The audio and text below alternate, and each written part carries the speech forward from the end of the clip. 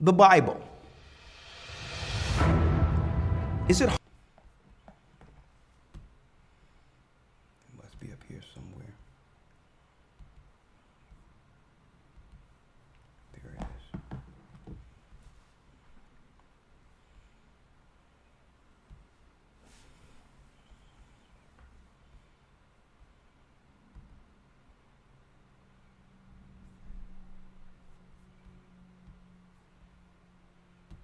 The Bible. Is it hard to understand? When it comes to reading the Bible, the first thing that comes to mind is the fact that this is the Word of God. The seals have been broken, and the truth is here.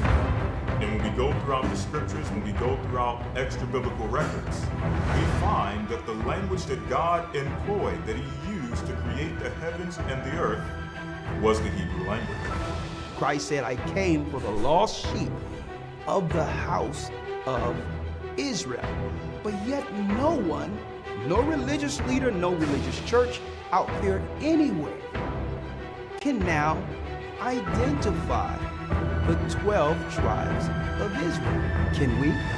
God is quite simple, but it seems as if man makes understanding Him hard. What are those mysteries? The truth of your book and the truth will make you free. The Hebrew and Bible Academy, you're invited.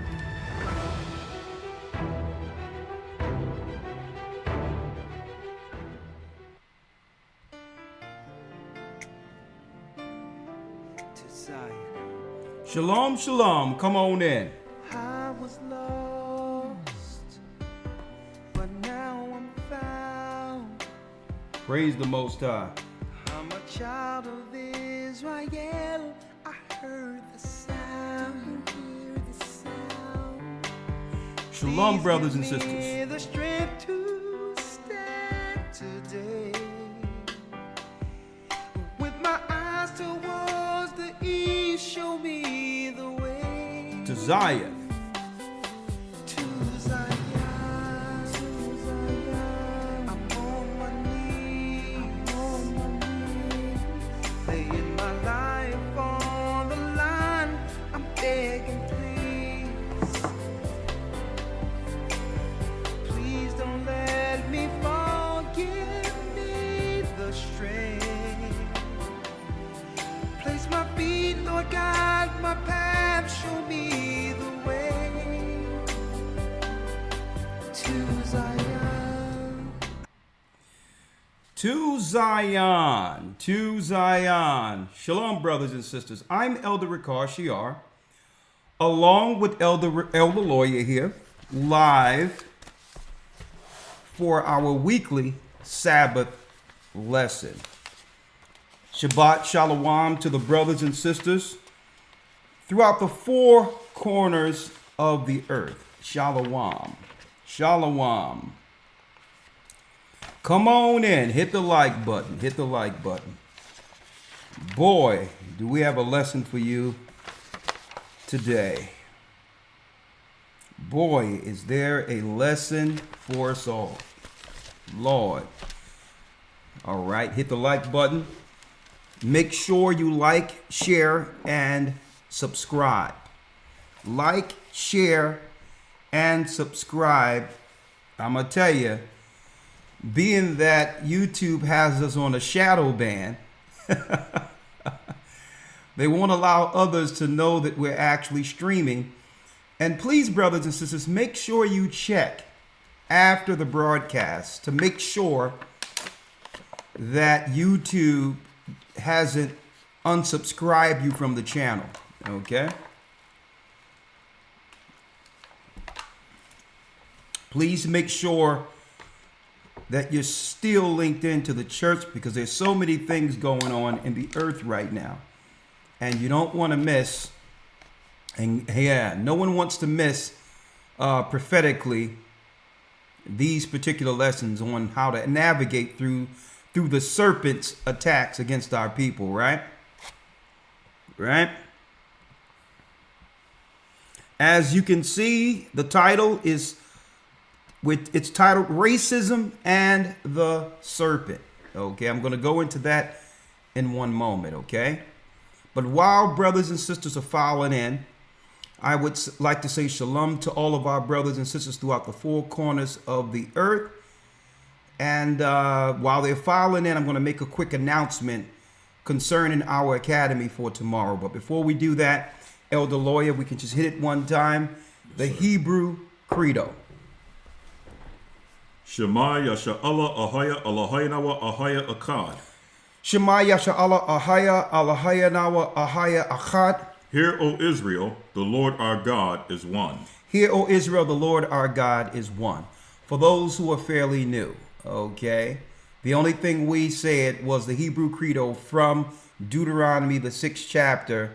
Hear, O Israel, the Lord our God is one.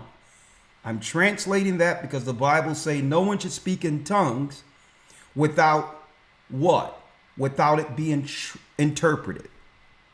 Okay? Without an interpreter. So if you see someone speaking in tongues and no one is interpreting, you're listening to the tongue of the serpent or the snake. I don't care how people are claiming they're feeling. Okay? They are possessed by demons. That's what's going on there. But I digress. All right? I digress. Let's go into what we're going to be talking about in a moment. But before I go there, all praises be to the Most High for giving us another opportunity, brothers and sisters, and a blessed Sabbath to come before you all. Okay? None of this would be possible without our God. When it says, Hear, O Israel, the Lord our God is one. There's only one God. The God of the Hebrews, the God of Israel. There's only one God, folks. And there's only one path to that God. And that's whom the world ignorantly at this present time calls, have named him Jesus Christ. His name is Yeshua, but he's the anointed Savior that was sent that we read about in the four Gospels. Okay? He's the only way to the Father. So when it says the Lord our God is one, it's not looking at them as two separate entities to be worshiped separately like you see in the Catholic Church. We're going to go there in a moment. Christ came not down here to do his will, but the will of him that sent him. Christ was sent to bring us back to the Father. He's the only way. He's the only hope for this world.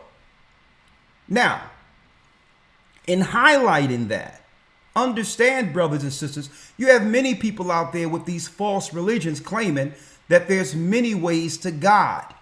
That's a lie. When you see what the Buddhists are doing, the Hindus are doing, the Asians are doing, this is satanic religion out in plain sight.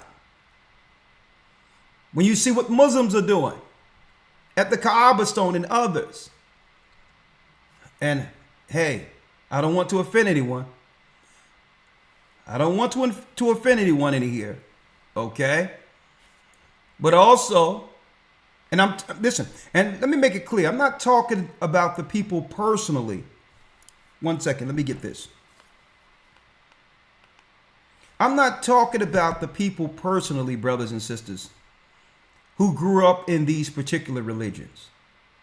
The majority of people that are under these particular ideologies, they're just doing what their parents taught them to be right in searching for God on any particular spiritual path.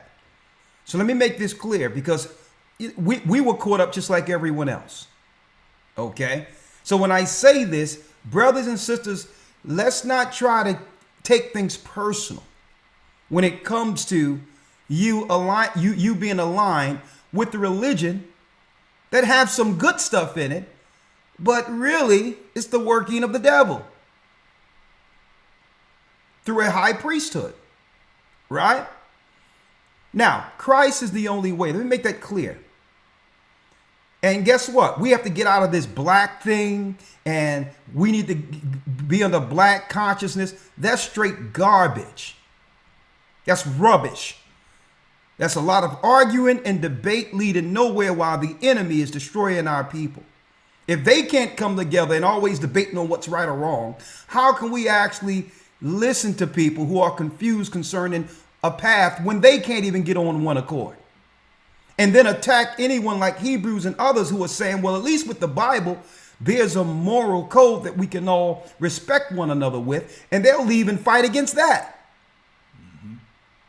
They'll even fight against that. They fight amongst themselves, asking about the what's on the hieroglyphics of the pyramids and whether or not they can decipher this paper and all this other garbage that means nothing for how our people are getting destroyed right now.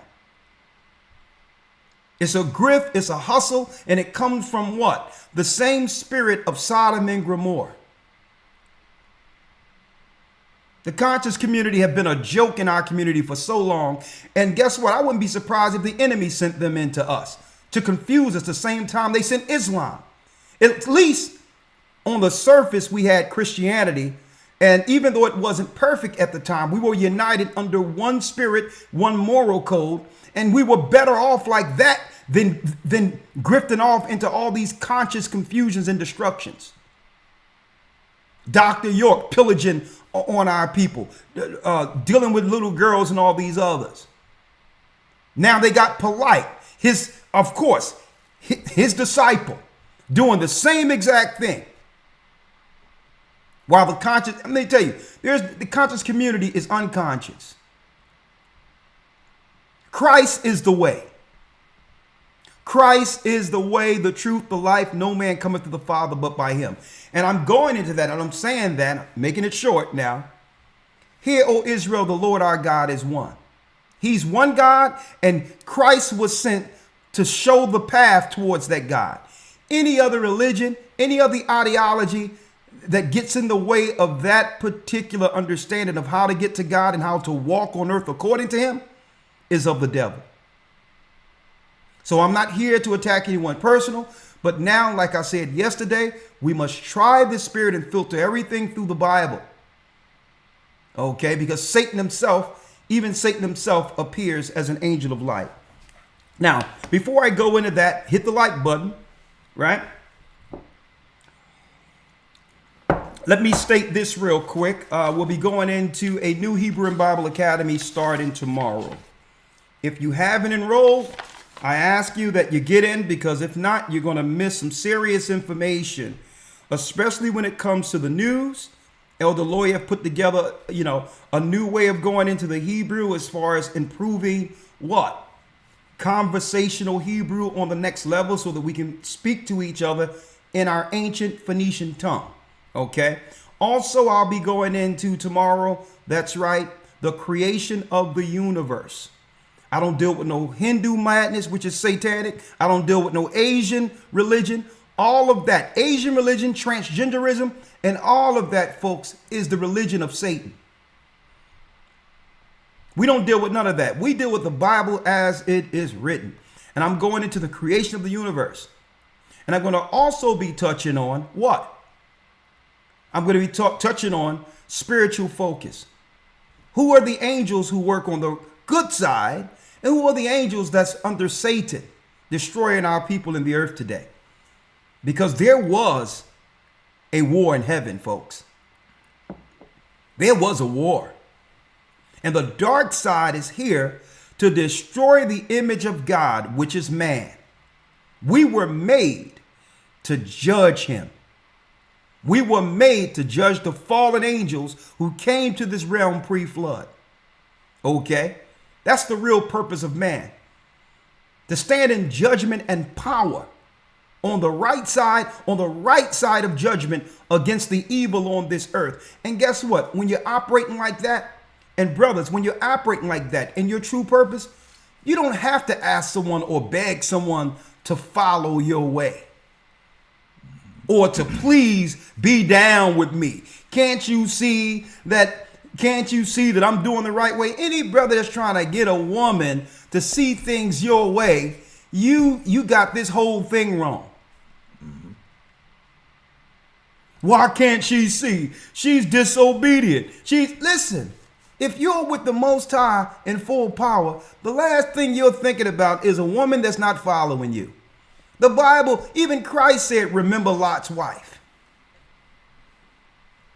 If Lot would have turned around with his wife, he would have been turned into a pillar of stone also. Our true purpose is with God. Okay? Women are the gift the Most High gives to help meet our position for him. That's what woman is for. Woman is from man. Woman was made to help me with my mission. So any guy sitting around here talking about, man, I don't know what's going on with this relationship. You know, I wish she would read. You know what, brother, if you got someone that's working contrary to you, guess what? Even frustration in of itself is still attention she'll steal from you. Mm-hmm. If she want attention and frustration gets that, guess what? She'll use frustration. She will go against you just to get that negative attention. Okay? Again, your power is with God. And the last thing you're thinking about is whether or not a woman is going to follow what you have to say if you're in power, in sync with the heavens. Because why? At the end of the day, that's her temple. She still have her own mind. So at the end of the day, if she don't want to follow, hey,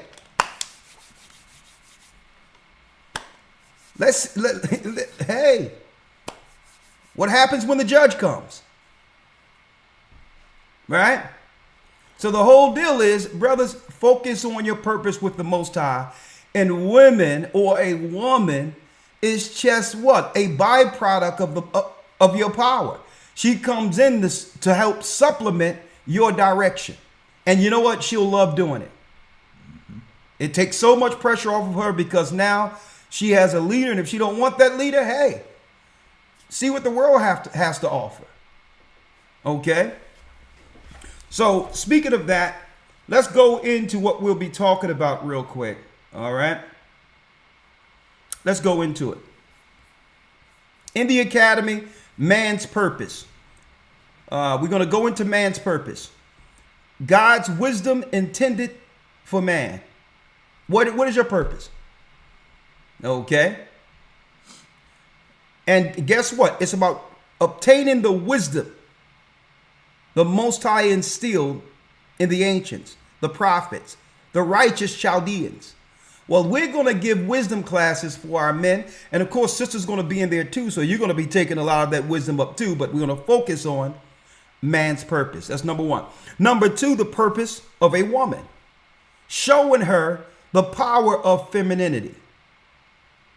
By example, the Holy Spirit. How the Holy Spirit works in total conjunction with God.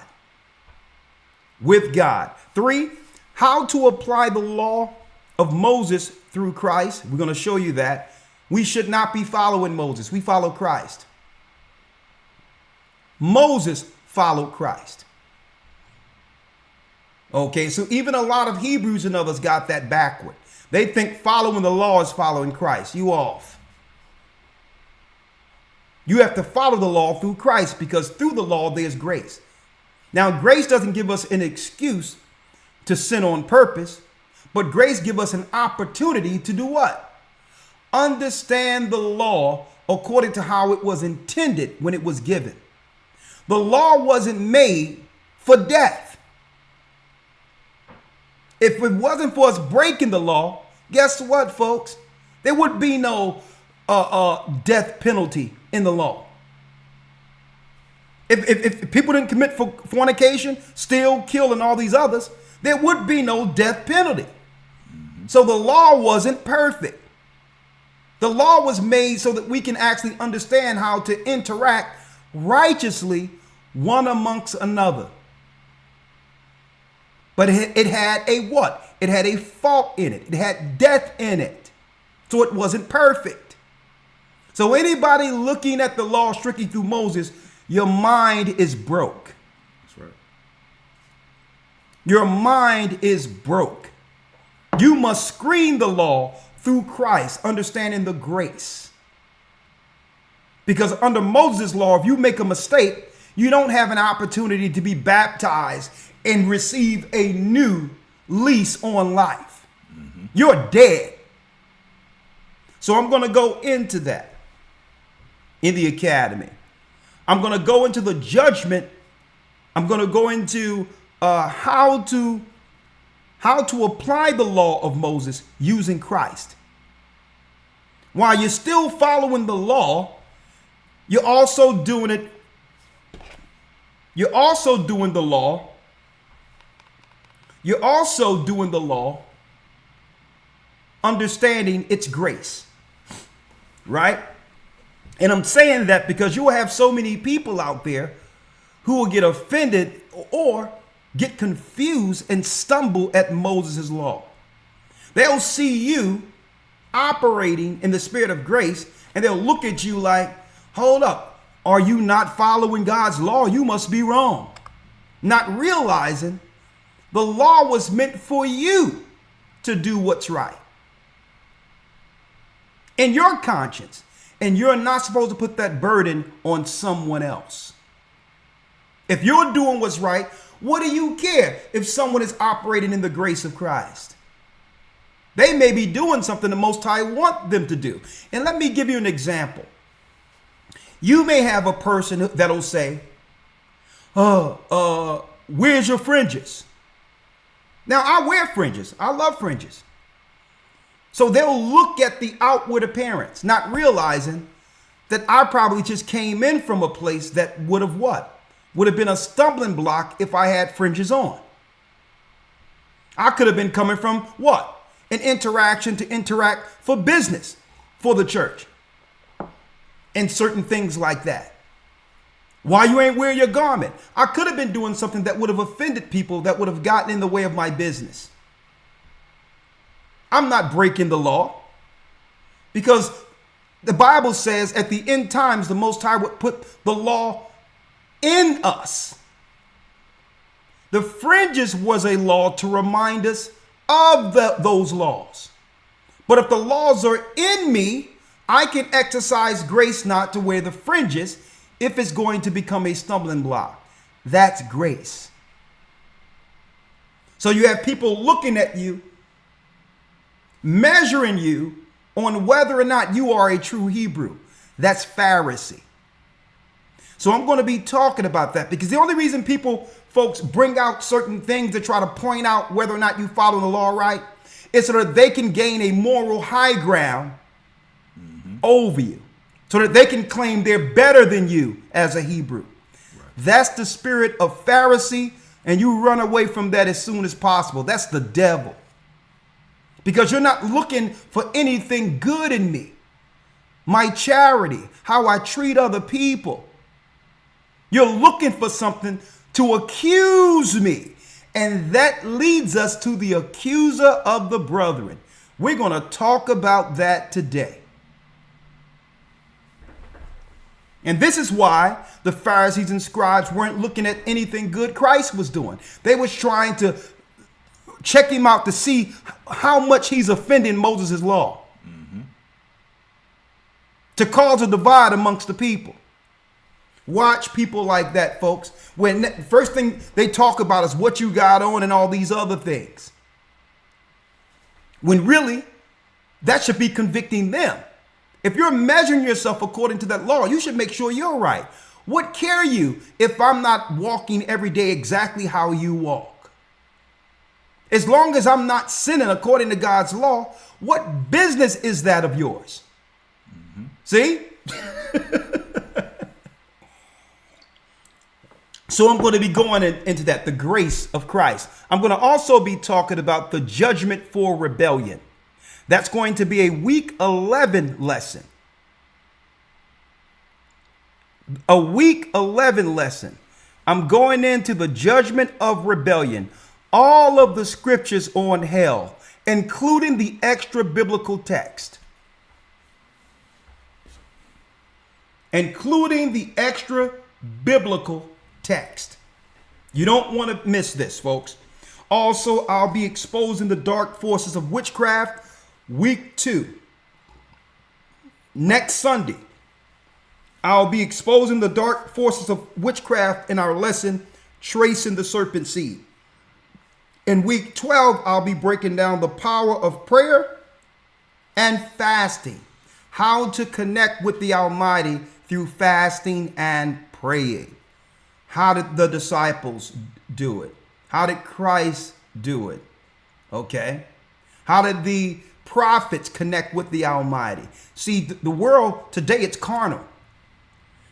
Under carnality, the majority of the world walking in darkness connects through drugs. They connect through drugs. They go and take something to take away what? Writer's block, or they need something to help stimulate their ideas, to help them on how to do certain things. They're connecting to the dark side. How to connect with God through fasting and praying. And I'm going to use Christ and the disciples and all the examples. Okay. And this Sunday, before we go in the first 10 minutes, I'm going to teach brothers and sisters how to use the center column reference, how to actually read the Bible and understand it for yourself. How to go into the Bible and link precepts so you'll stay within the proper narrative. You can know when the precepts or the links are right, or you can realize when the Christians have put their own links in there to try to put you under their false ideology. I'm going to show you how to do that the first 10 minutes of this academy. One thing I like about this is because we're going with structured time from now on. Like we used to do overseas, everything will be finished by 2 p.m. By 2 p.m., everything will be finished. Hebrew, news, lesson. By 2 p.m. Eastern, everything will be finished. So that we can have time, 30 minutes, to actually interact, be it Zoom or phone calls. And I'm going to make a concerted effort to keep news between 30 and 40 minutes to make sure our lessons is 1 or 2 hours so that we can focus on the interaction of making sure brothers and sisters are getting their questions answered. I'm going to do everything I can to stay within that parameter because it's important that that interaction is there and that we're not just rushing off due to the restriction of time. So I'm going to hit the scriptures. I'm going to do what I got to do in the Bible, and that's going to be it. Okay, but it's going to be well fulfilling, less extra verbiage, more scriptures and history that you need to apply in these last days. All right. So that concludes my announcements. Let's jump right in. Let's jump right in to the lesson. If this interests you, brothers and sisters, go to historytimes.org. That's historytimes.org and enroll. Okay. And this is what it'll look like when you get there. Okay. Let me show you. Let me show you here. 1 second. Right here. Okay. I'm going to hold this up real quick, right? Oh, I'm glad I seen this. Let me switch that out. All right. What you do is go to Google, go to historytimes.org. Type it in, and what happens? That's right. Elder Lawyer and I, we pop up right here. We'll pop up right here in front of you, as you can see. Go to historytimes.org. This will pop up, and you can enroll right here. We got brothers and sisters, the administration on standby. All right. Okay. Just go to historytimes.org, type that in, and you'll be ready. And we're chopping at the bit. It's been a while for the academy. We've been off like forever.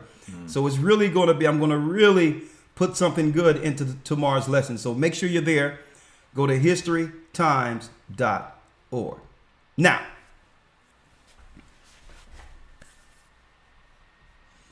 I pray that the Most High give me the patience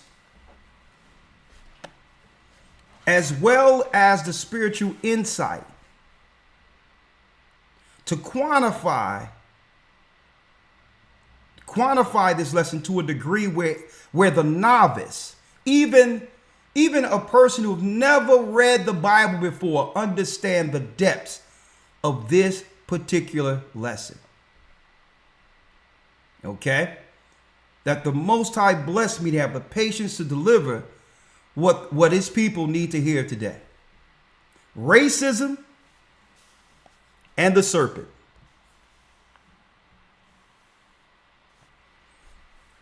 When you go into this lesson, folks, make sure you like, share, and subscribe to this channel and tell everyone about this particular lesson today.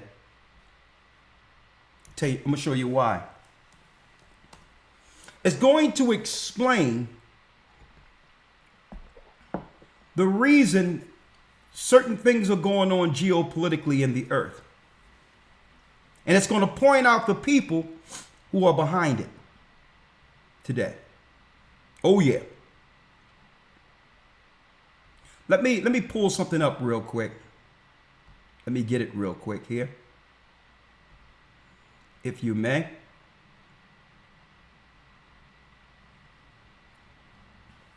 Let me get it 1 second. I'm going to pull something up here. I want to show you all. Make sure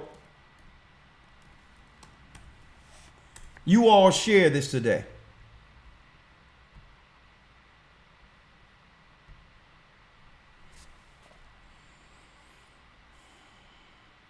Right? Now, I've talked about this on many occasions. I've talked about this.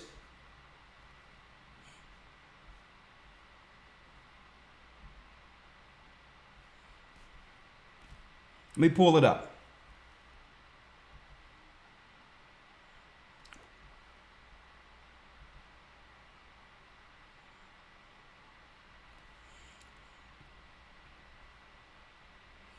This image right here you see on your screen.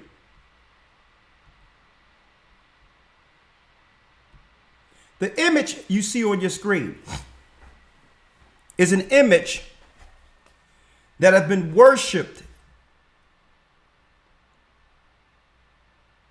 I would say, for hundreds of years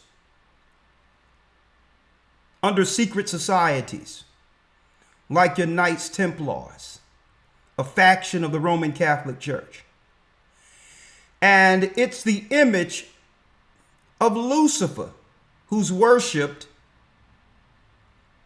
by those within secret societies. Under the Freemason, he's called Jabulon, or Yabulon, or Yah. That's why you have to be careful of that word, because Yah doesn't denote one particular god. Satan is also a Yah. The Most High's name is Ahiah.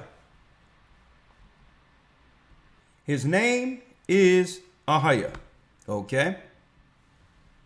Can y'all hear me clearly? Is everything good? I just want to make sure. Let me turn the microphone down. Someone says the microphone sounds a little sensitive. Is it good now? Is my microphone well? Is it better now? I'm going to keep it here. Hopefully it's good. All right? This particular image is worshipped by secret societies throughout the earth. Okay? And why am I going here in particular? Today's lesson, as you can see, I'm going to quote it again, racism and the serpent. Well, the Baphomet represents the god and goddess over all of mainstream Babylonian religion. So right out front, when you see down here the crescent moon, that's emblematic of Islam, right? And then you have the Masonic understanding of as above, so is below. Now, what's ironic about this particular symbol is that this Baphomet isn't just worshipped amongst Arab or Muslim countries. The Hindus also has a connection with this, who are the East Indians of Babylonians. And so does the Vatican or the Roman Catholic Church. And I'm not talking about everyday Catholics who are good people who are just trying to serve according to how their family taught them. What I'm speaking of is those in high position like Jesuits. They worship a male and female Baphomet or Lucifer. Now I need you to see what's in the serpent's lap. What's in this? Now don't forget, this is a male being with women breasts, with a woman's breasts, male and female, transgenderism, right? So this is what's being worshipped out in plain sight, male and female, right? But look at what's going on in the middle of Satan. The serpent wrapped around a staff, an apothecary, healthcare, the administering of what? What they would say is medication. Right? Now, as above, so is below. So, obviously, they know that there's something above, God. So they're trying to establish another order as in heaven under the Baphomet. That's their true religion. See they go to pharmacy side.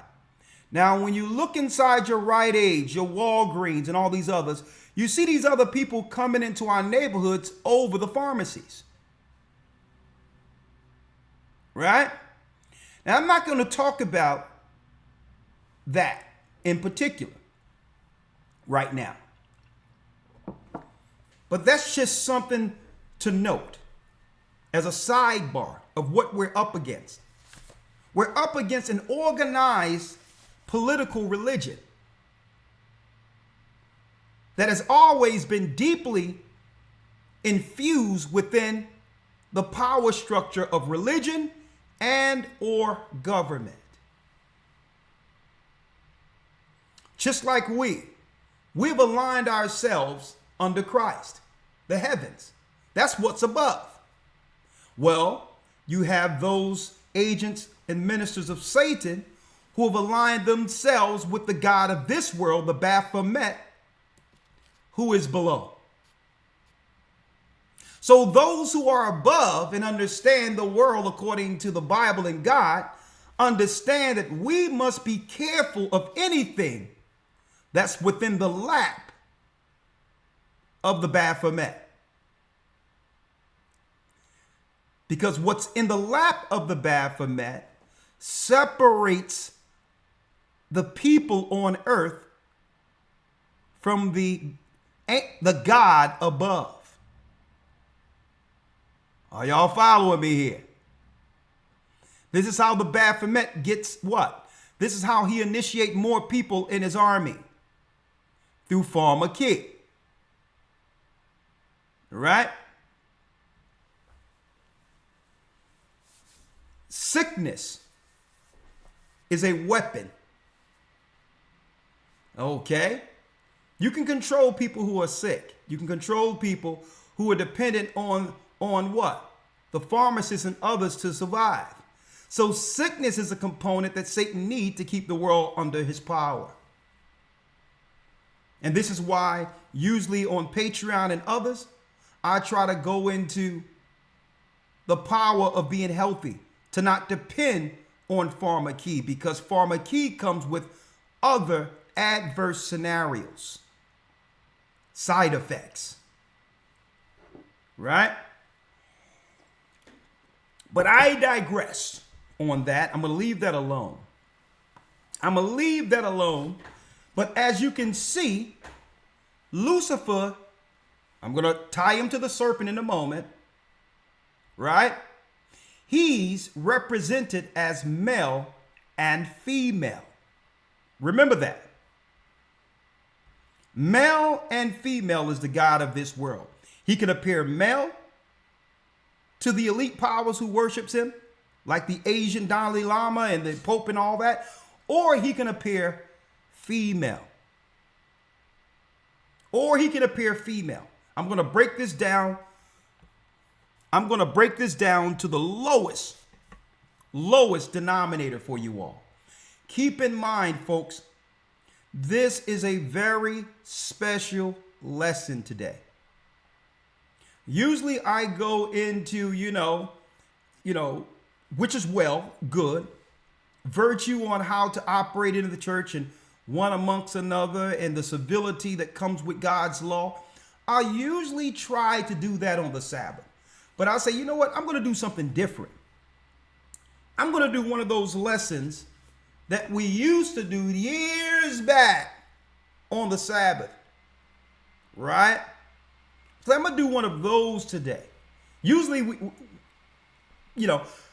I just, like Sabbath used to be my class, believe it or not, where I go into the name of God, the 12 lost tribes found. That was just the original school I would do on the Sabbath, just to let everybody know that there's a lot of information the evildoers have hid from us. So I usually, those lessons what I'm going to do today, I usually save it in a constructive way for the academy. But here's something special. We're going to give you something today along those same lines, those old classes. Let's first start off by going into what they say within the religion of Judaism concerning Satan, right?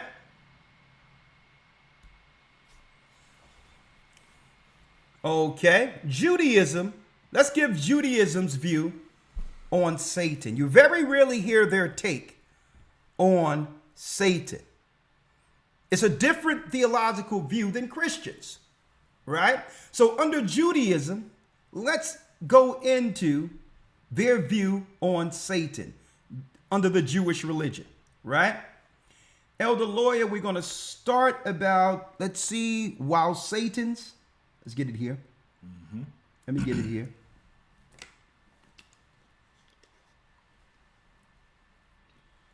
Let's see. Satan's contradictory, right?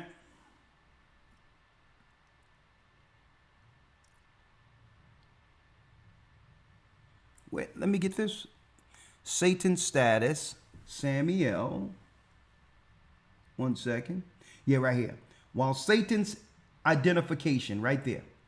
Yes, sir. Let's read it. Matter of fact, start with the Talmudic image of a Satan contradictory. Yes, sir. While Satan's identification, let's start there. Yes, sir. While Satan's identification with the abstract Yetzer Hara remains uniform over the sage's teachings, he is generally identified as an entity with divine agency. With divine agency, come on. For instance, the sages considered Satan to be an angel of death, later given the name Samael. Later, now the Jewish people under Judaism states that what? He is generally identified as an entity of divine agency. For instance, the sages considered Satan to be an angel of death. Read. Later given the name Samael. Later given the name Samael, who's also the angel over Rome or Edomites, mind you, according to their records, their books. Come on. Since God prohibiting Satan killing Job would imply that he would otherwise be able to do so. Come on. Yet despite this syncretization with a known heavenly body, Satan is identified as the Yetzer Hara in the very same passage. He's identified as what? Yetzer Hara in the very same passage. Okay, now check out the highlight, brothers and sisters here. This thing keep on. Check out the highlight here. Right? Check out the highlight. Read it.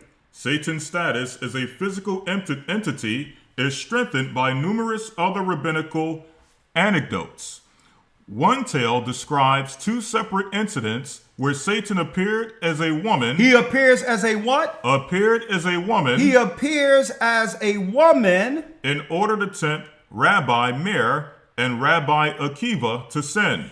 In order to tempt Rabbi Meir or Rabbi Akiva into sin. So we know, according to the Judaism understanding of Satan, he doesn't appear just as a man, right? He can appear as a goddess. Remember, I told you that. And some people ask, well, how did this go? How would this have anything to do with racism? Follow me. One tale describes two separate incidents where Satan appeared as a woman. Read.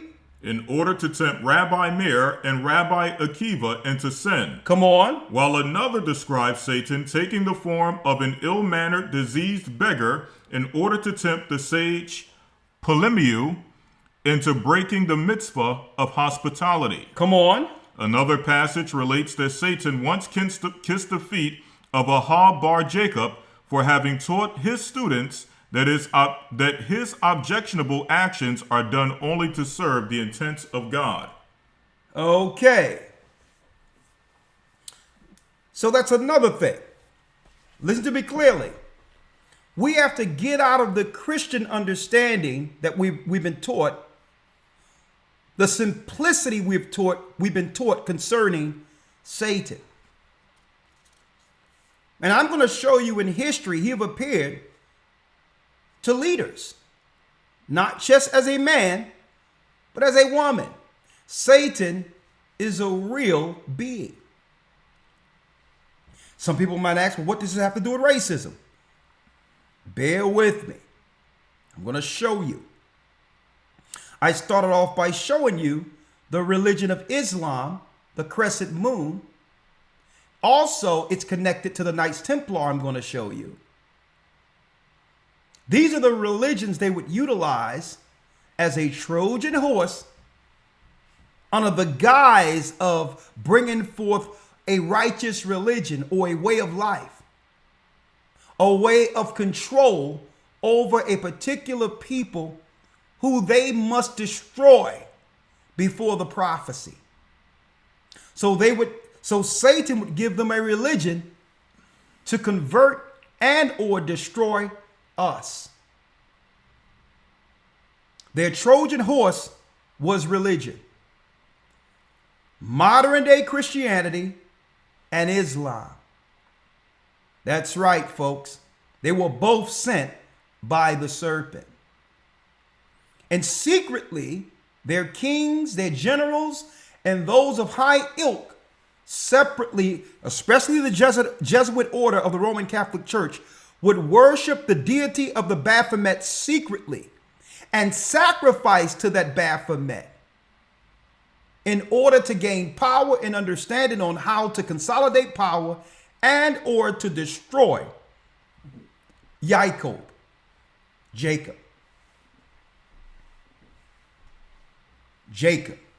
Let me show you. Let's go to Psalms 83, Elder Lawyer. Now, this is where the racism part plays out. Everything I'm telling you today will be proven.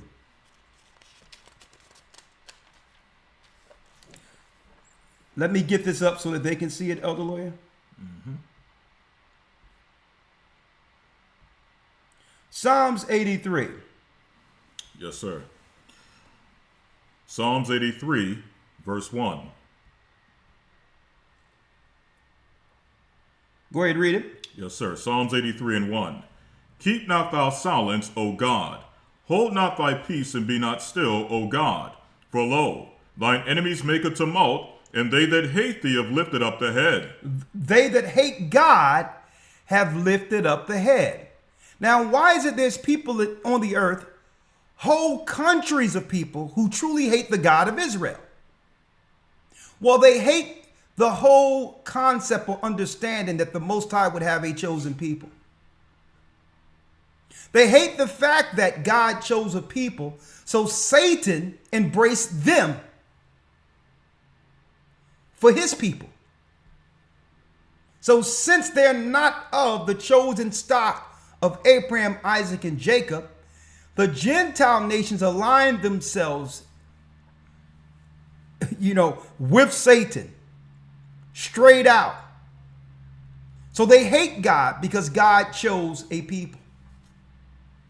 So usually when the Bible is spoken of and God is spoken of, these are the people who would come and say, well, there's other history of spirituality which outdates the biblical principles. This is why, even though the biblical principles are right, they'll still challenge its validity. Why? Because they hate the God who chose a people. Now, it would have been fine if those people would have been the chosen. So David understood that the majority of the earth have aligned themselves with Satan. So he's saying here, help me defeat your enemies. Because by default, hating you, since they cannot beat you, they cannot win against you, you hurled them to this realm. They cannot beat you because the gods they serve are lesser gods. Because they can't fight against you, they're going to take out their vitriol against us. This is how they fight God indirectly, by destroying God's people. They can't win against him. But there's no place for us to go. There's no place for us. We're here. So they say we can't fight against him, but we can darn sure deceive and kill his people. And this is why it's important to understand who we are. Because the serpent works in deceit. See? You have another people claim to be us, so that we're looking around for our identity and say, well, no sense in looking there. He works in deceit. And remember what I showed you, what was in the Baphomet's lap. The apothecary for pharmacy. Remember, I've told you that today. So David says what? For lo, in fact, verse 1, keep not thou silence, O God, hold not thy peace, and be not still, O God. For lo, thine enemies make a tumult, and they that hate thee have lifted up the head. And they that hate thee have lifted up the head. So there's nations of people, Gentile nations, who hate our God.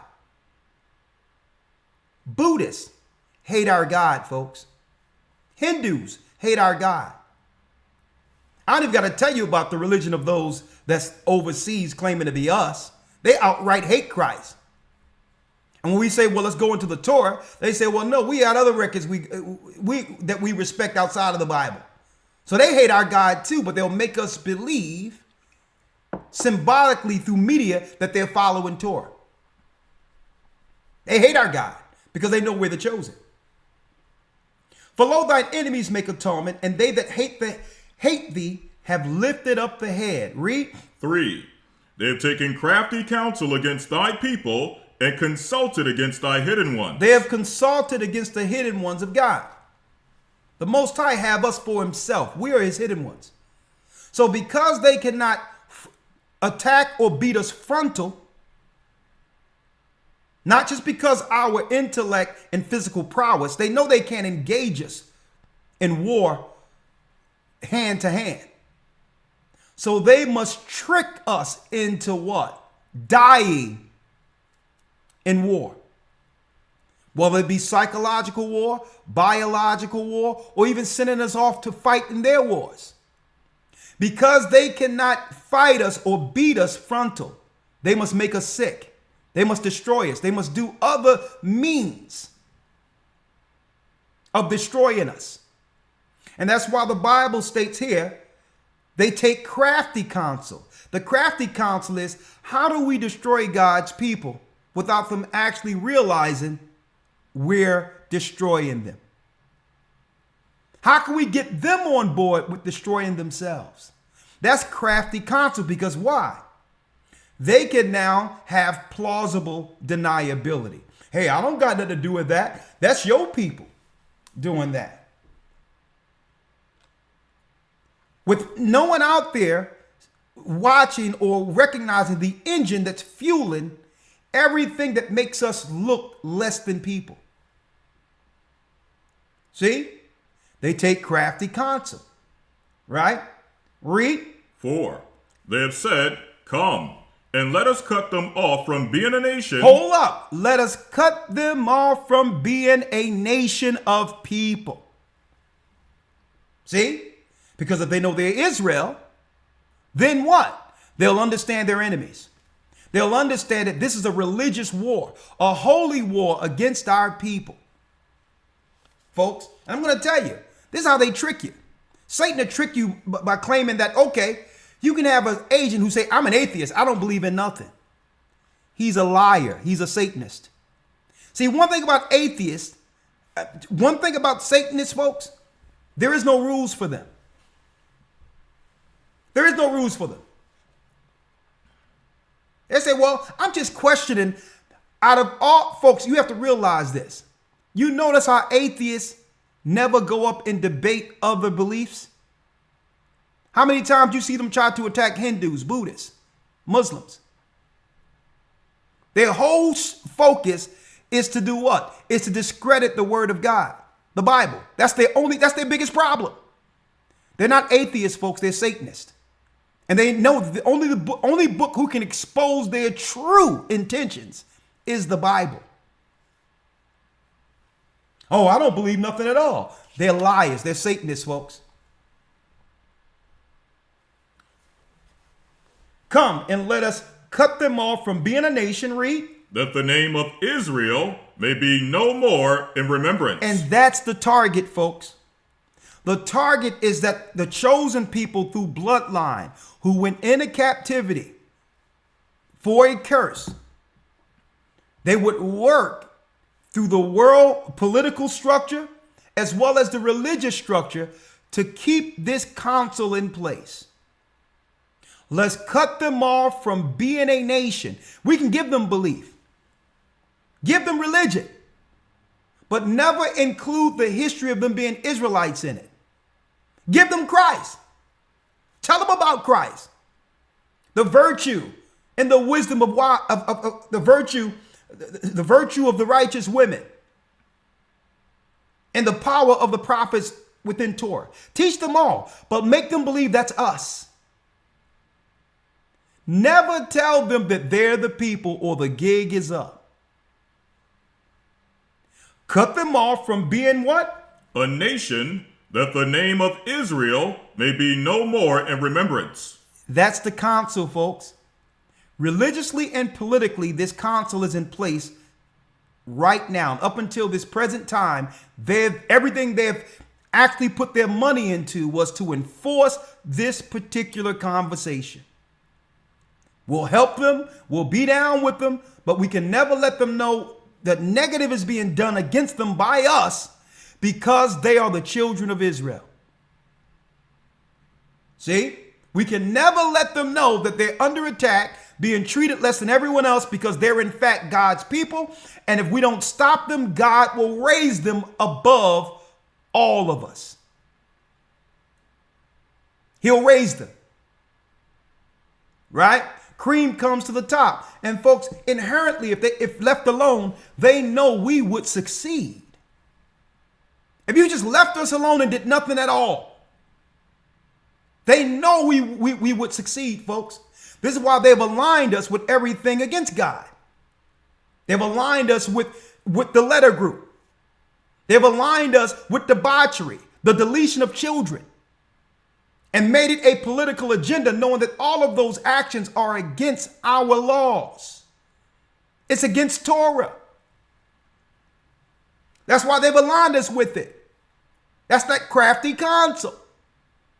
Because they know it's against our moral codes. That the name of Israel may be no more in remembrance. Make sure they remember nothing. You can have, matter of fact, let them know they're African. Let them become Pan-African. And a matter of fact, we'll put money behind that because there's no promise for Africans anyway. And while they're doing that, we'll take the state of Israel. And by default, by ruling Israel, we're going to take all the resources in Africa anyway. Because God's chosen people in the Bible prophetically controls the world. There's no prophecy nowhere in the earth that in any prophecy. Not even, and you have the conscious community going into Egyptians and all that. Where's your Egyptian prophecy that shows that at the very end, our people will rule the earth? It doesn't exist. But that's in the Bible. It's in the Bible that at the end of this, when Christ returns, that we rule. That the name of Israel be no more in remembrance. Read. 5.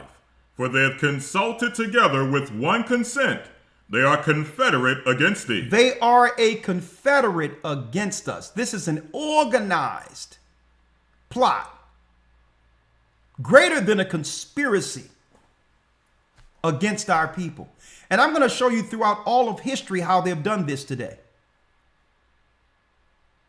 And time and key points, at key points of the height of our power within history, they have dismantled us politically and religiously. And I'm going to point out today who's behind it. Let's read. Verse 6. The tabernacles of Edom, Edomites, and the Ishmaelites. And you notice the Arabs are next. It's the so-called Europeans who are Romans and Arabs. They've been working in tandem against us since our fall. Both of them. Both of them have been working lockstep against the children of Israel to keep this conspiracy in play. This is why there's history of how Rome financed, that's right, folks, financed the Muslim destroyers or those that were behind Islam who began to convert us in Africa. See, we predominantly understood that we were Israelites in Africa before this. So you had the new satanic pagan Christianity financing missionaries and all that to come find us in order to bring medicine to help us. And religion to only bring us back under the power of the Baphomet to destroy us. Christianity, the deceitful modern day Christianity, which was used as a cover to find and destroy the children of Israel to keep this conspiracy going. And also Islam, the crescent moon that you see right at the foot of the Baphomet. They would work together in tandem, Arabs, politically, religiously and otherwise, to keep what? Israel from ever finding out that we're the people. That's what they've done. Okay? So if they say that their religion is a way of life for them, that's their business. I know the origin of Islam. It's called Persian mythology, rooted in Babylonian mysticism. I've done the history. I got a book right over there. That's right, folks, the religions of the world. You can't come into my neighborhood and say, well, it's just a way of life, preying on the ignorance of our people who have no idea that we're the children of Israel. You can't play that on me. Okay? We know the witchcraft you are a part of, the sorcery, the evil, the polytheism and worships of many gods. You have tricked our people long enough. Let's go down, Elder Lawyer. Yes, sir. Verse 6. The tabernacles of Edom and the Ishmaelites. It got the rest of them because everyone else fall in place. That means there's a united front, like the United Nations, who are in collusion of keeping this conspiracy away from our people, that we are, in fact, being attacked by the whole world based on the fact that we're the children of Israel. And after their empire fall, they know Christ is bringing an empire, a righteous world that we can reign and rule from. That's the true narrative of the Bible. We weren't meant to be in a low state forever. But two powers cannot operate at the same time. So I'm not going to kid myself and ever think to march and all this stuff for equality. Equality is a bunch of nonsense. There's never been equality in this earth, and there'll never be equality. Christ isn't going to share his empire with anyone. So neither do we think Esau would. The only reason the other nations are helping Esau is because what? They get power by extension of him. That's why they've plotted themselves against our people. He's given them their power to destroy us. So we got to get out of this equality game, that con game they have out there when it comes to equality. There will never be equality.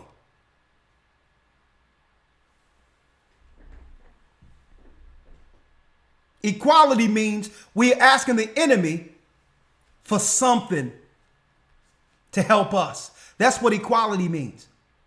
The question is, if you have to go to a person with power for equality, that shows the true position in prophecy according to the Bible.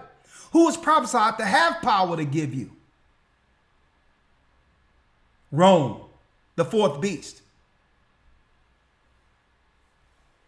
Equality is a straight con. It's a game to make you believe that they're going to relegate power to us knowing our prophecy. It's a con game that comes around every election cycle.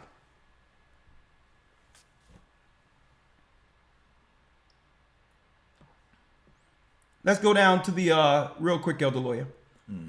12. Who said, let us take to ourselves the houses of God in possession. If the people don't know their identity, what happens? Let us take to ourselves the houses of God in possession. We can control and possess the children of Israel's children. If they don't know they're Israelites, they definitely don't know who we are historically. They definitely don't know that we're the people who destroyed them in ancient times, who warred against them in ancient times. So if they don't know they're Israel, they don't know my intentions against them.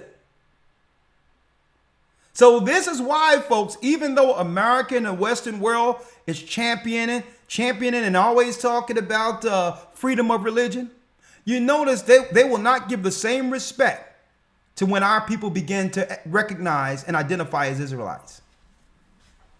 You notice that? We become a Seventh-day Adventist. We become a Jehovah's Witness, a Baptist. Hey, you can become an atheist. You can become a Satanist, and they won't have any problem. If an Israelite today came out and said, well, I renounce being an Israelite and I've taken on the principles of Satanism, don't you know they'll have them on CNN tomorrow? They'll have them on CNN tomorrow. Now, that's interesting. Let's talk about it. Folks, us understanding where Israel is the key. The conspiracy is so that we can never find out. Once we find out, everything else makes sense.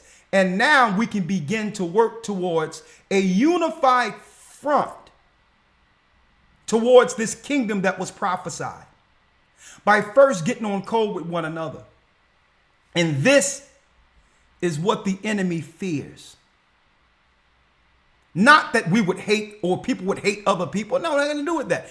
They're afraid what happens when we begin to operate with one another civilly and respectfully, as God intended when he gave the law to Moses. This is what they fear.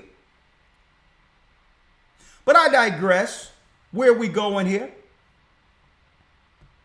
That old serpent. That old serpent, let's jump in. Let's jump in. I'm going to show you how the Most High works this out. He does this, boy. I'm going to show you how he do it. Brothers and sisters, there was a sister that came on to Patreon yesterday. Elder Lawyer, I don't know if you were listening, but there was a sister that came on to Patreon. Right?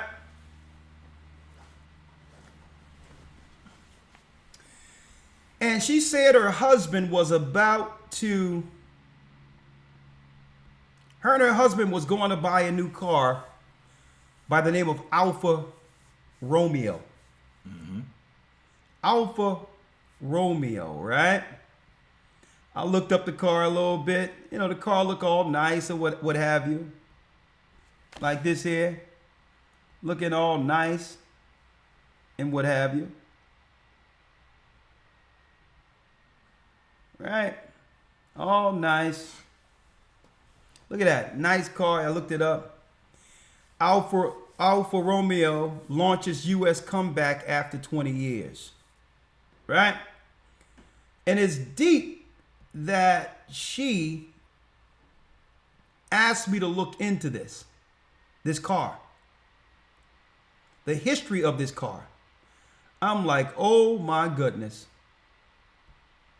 Oh my goodness. And not that she brought it up, Elder Lawyer. It's in 2018, I was actually going into a lesson on the Jesuits and Knights Templar. Mm-hmm. I was putting it together. A matter of fact, I have the lesson I was putting together on my my little USB thumb drive. Mm. And it's the same time they were coming out with, when apologetics started coming out from anywhere, right? Where they wanted to creep their way into the Hebrew community out of nowhere, coming in unassuming as if they were just interested in what Hebrews or Israelites were teaching. Very conniving, like your apologetics. Boy, wait till y'all see what I got today. She sent me this and said, me and my husband was going to buy this car from Italy called the Alfa Romeo. From Italy, mind you. But then I looked into the history of it, where you have the serpent. Look at this. Look at this. Where you have the serpent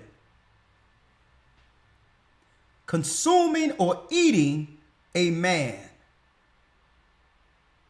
Now, the reason why this was deep, because I was doing a lesson on the Knights Templar, the Jesuits, the Satanists who worship the Baphomet behind closed doors, the male and female deity,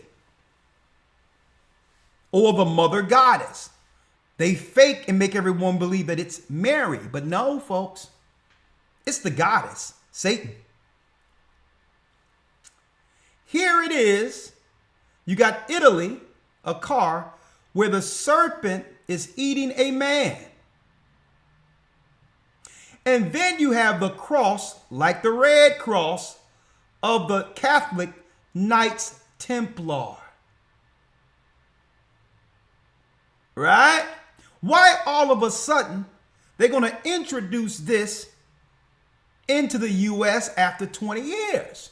What symbolically, what are they showing concerning the history of this emblem? And what do we have to be concerned about now that they're introducing it through symbolism here in America?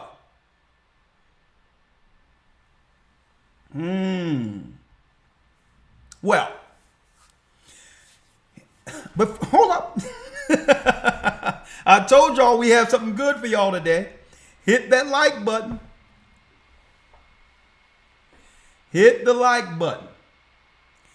Elder Lawyer, right?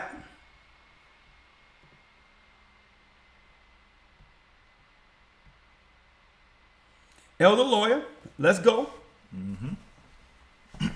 I need you to go to Genesis. Matter of fact, let's go to that old serpent. That old serpent, right?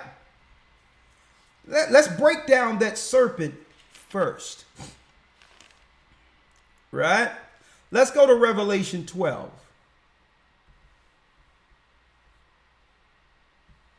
Revelation 12, let's read it. Yes, sir. Revelation 12 and 1. But I don't want to go to one yet. Let's go and just identify the biblical serpent.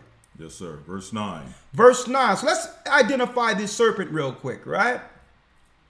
Verse 9, right? Read. Revelation 12 and 9. And the great dragon was cast out, that old serpent. That old serpent. Called the devil. Called the devil. And Satan. And Satan. Which deceiveth the whole world. Which does what? Which deceiveth the whole world. Which deceived the whole world. So Satan has the power of the principalities and powers of the air. He used frequency. He used media as a tool. As a tool of control. He used media, the airwaves, to deceive the people.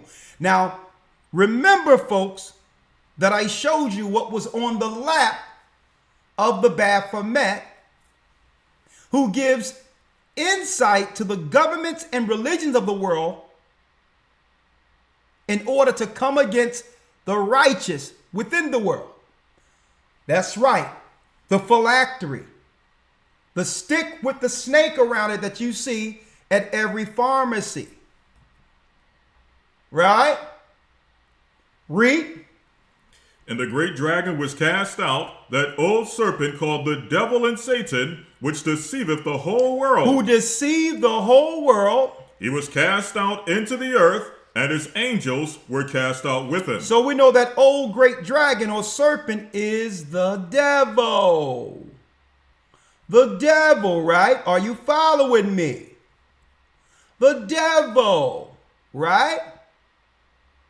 Italy. The serpent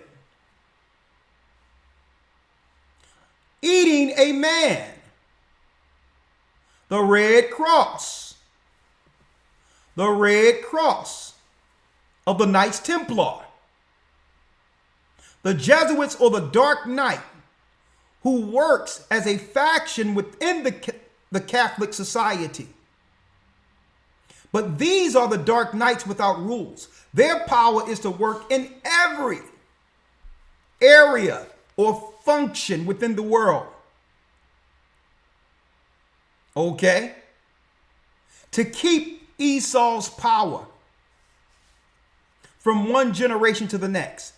The Jesuits or the Red Cross folks, they're not working with the same rules we work with. They are satanic mercenaries. They can be nice, they can be good, they can be evil. They can work in philanthropy, or they can work by poisoning or murdering people. There is no rules. The power of the Templars is to keep Esau's power intact by any means necessary. And I'm going to do a lesson on that. I'm going to put it together. I don't know if I'll do it in the academy. I'm still working on that. But when she gave me this image, it reminded me of a lesson that I put away a long time ago. Exposing the Jesuits, Knights Templar. Elder Lawyer, let's go to Genesis 25.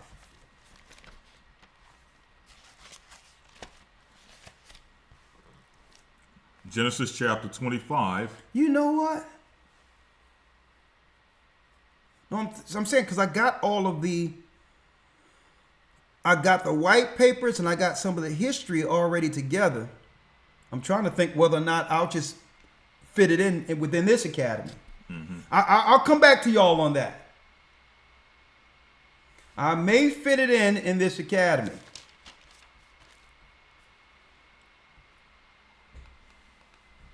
Right?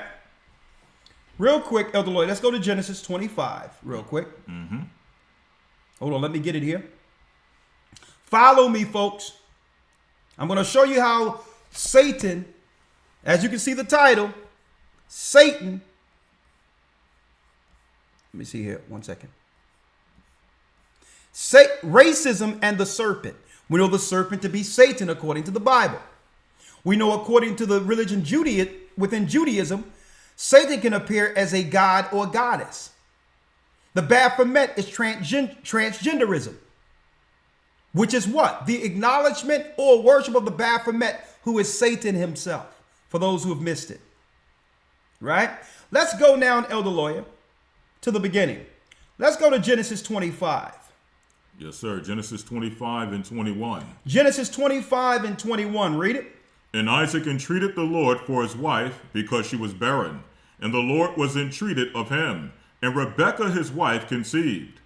And the children struggled together within her. And she said, if it be so, why am I thus? Why am I in pain with these children?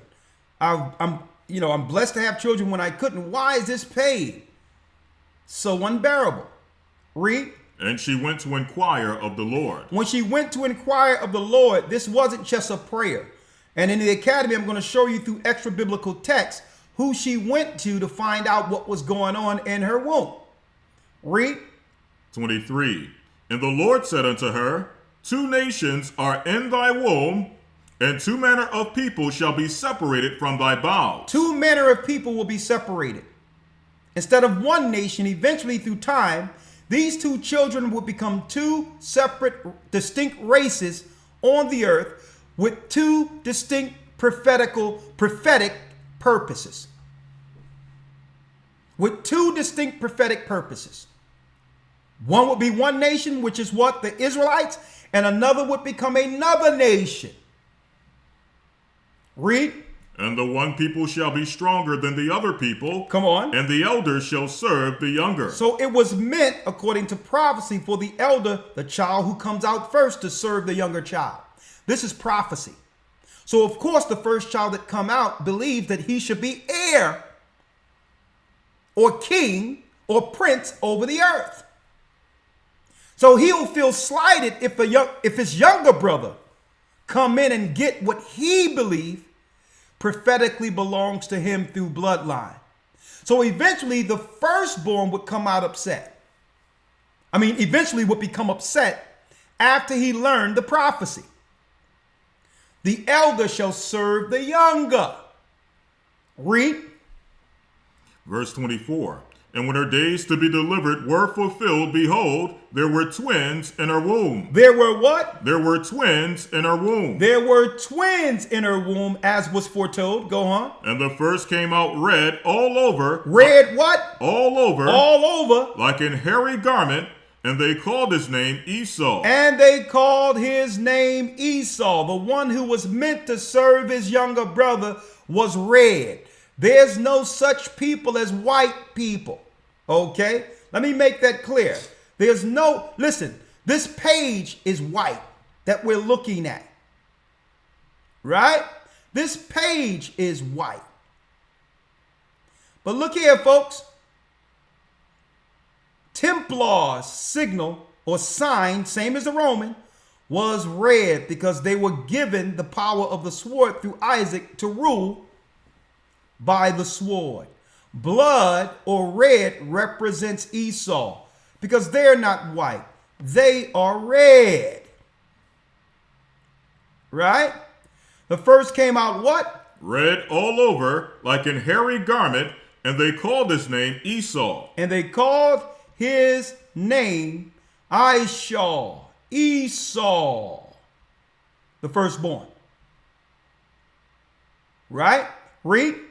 26. And after that came his brother out, and his hand took hold on Esau's heel, and his name was called Jacob. And Isaac was 80 years old when she bare them. So here it is. Jacob came out, and there's no describing him at all. Why? Because he has hue. He has what? Melanin, like everyone else living in the earth. Right? So there was a battle in the womb for what? Who would become heir to all we see? Who will control the earth from, that's right, from the garden. The garden, or the heart of the garden, is modern day Jerusalem. You rule Jerusalem, you rule the earth. You rule Jerusalem, you rule the earth. So the first came out red. That's Esau. Now let's go to where Esau ended up losing his blessing. Now he sold his birthright for one morsel of meat. But let's go to Genesis 27 where he lost his blessing. Jacob came in while Esau went hunting. And our father Isaac blessed our father Jacob to become heir to everything you see in the earth today. Right? That's right. That means the earth really belongs to us. Have we received that promise yet? Not yet. But the Gentiles who've conspired against us, they know of this prophecy. And this is why they hate Christ. Because Christ was the one prophesied to bring forth the prophecy where Jacob would rule in the earth again. Right? Are y'all following me here? Where Jacob would rule in the earth again. Now let's go straight to Genesis 27. Let's go. Come on. Genesis 27 and verse number 39. Let's go straight to it. Read. Yes, sir. And Isaac his father answered and said unto him, Behold, thy dwelling shall be the fatness of the earth, and of the dew of heaven from above. And by thy sword shalt thou live. By thy sword you shall live, Esau. Esau begged his father, is there anything you have for me? Jacob will own everything. And our father Isaac told him, there's nothing I can give you. Anything you get on this earth, Esau, you're going to need the sword to take it. And this is why Esau began to colonize and take other countries, because why? If you already have a country, there's no need to colonize. But if you don't have a promise and living in the mountains, starting with the mountains of Mount Seir, then the mountains of Russia, any power given you must be the power you get by killing other people. And who gifted him with that? Isaac. Because the prophecy was out there that if Jacob falls, if Jacob sinned against God by default, no other people can rule in this earth outside of God's people, his bloodline. So if we're not ruling, by default, Esau become the leader of this earth. And all of the Gentiles will follow him because their power is an extension of him. The same way when we're in power, the other nations began to align themselves under our power. Like David had other races in his army and all that, because the Gentiles are just pieces on the board. Okay? The Gentiles are just pieces. They go to whichever side that have power. And it says here, and Isaac his father answered and said unto him, behold, thy dwelling shall be the fatness of the earth. Read. And of the dew of heaven. Read. From above. And by thy sword shalt thou live. You shall live by the sword, Esau. Read. And shalt serve thy brother. And as long as your brother is in line with the law, in line with the promise I've given him, you must serve him. See? This is why Esau promotes debauchery, evil, sin amongst our community, understanding the law of Torah. As long as our people are sinning in number, by default, they rule the earth. See? That's the law. That's the rules. As long as we willingly partake of the wrong side of the garden and eat that fruit, the tree of knowledge of good and evil, as long as we take a bite of that fruit, Esau is in position by default. And by thy sword shalt thou live, read. And shall serve thy brother, and it shall come to pass. So you think Esau is trying to give up his power only to serve us? Are you kidding me? Esau would very well destroy the whole earth before he allowed that to happen. He would very well destroy the whole earth before he allowed that. But he know the prophecy. So because he loved ruling, so in order, he think he can sustain his power as long as he can continue to have Israel sin against our God. As long as our people running around like Sexy Red and all these others, and women out there showing themselves as harlots. As long as our brothers following behind the evil. As long as we begin to sin against God and not establish ourselves as men of God, why you think that the record companies and others will always promote evil and wickedness? Why do you think, even though Denzel is probably the best actor that have ever entered the earth, he didn't get an award until he played a crooked, wicked man?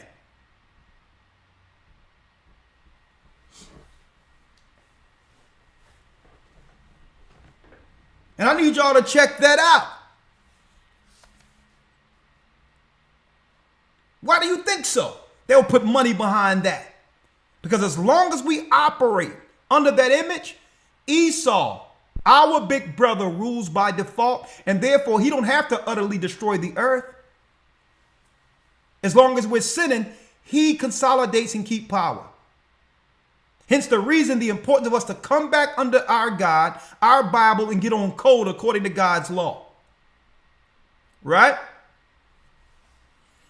Let's finish reading. Yes, sir. And it shall come to pass, when thou shalt have the dominion, that thou shalt break his yoke from off thy neck. And Esau hated Jacob. And Esau did what? And Esau hated Jacob. And Esau hated Jacob. Read. Because of the blessing wherewith he blessed him. Because he knew that the prophecies were etched in stone. Esau hated Jacob. He knew the prophecy that eventually we would have rulership for an eternity. So Esau has bribed all these other nations, East Indians, Arabs, and all of them in alignment together to help him consolidate and keep power. He have always dealt with social engineering, moving people around to align themselves against his only real prophetic threat. His own, and let me tell you, folks, he promised that what? He promised, he hated Jacob, right? And read it, elder lawyer.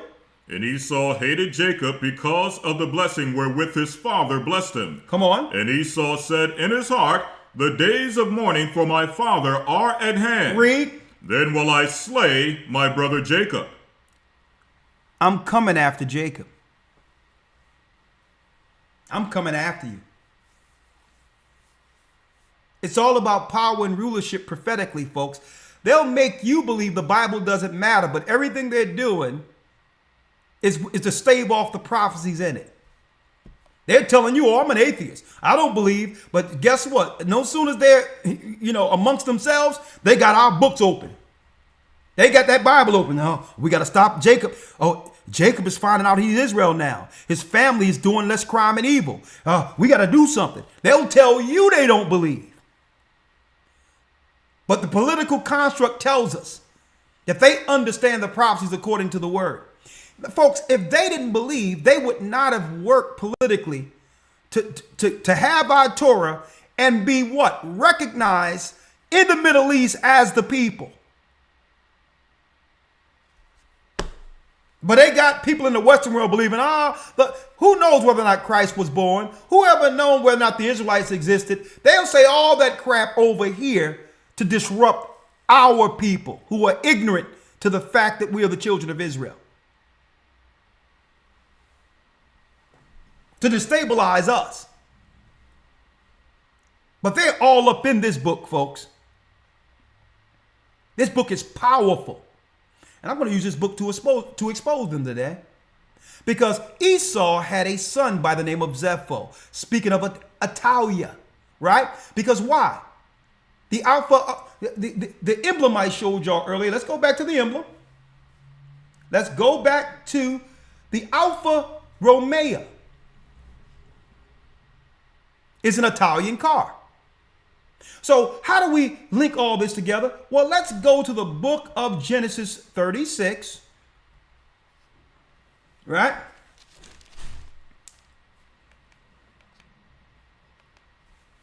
Right?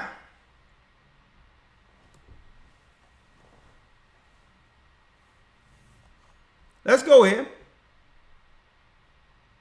Let's go to the book Genesis 36, right? Elder Lawyer? Yes, sir. Genesis 36, verse number 1. Come on. Now these are the generations of Esau, who was Edom. Let's get there so they can see it. Now you notice I showed y'all the Italian car and that emblem, right? What that represents. I'm going to get it in a moment. Let's go here. Genesis 36.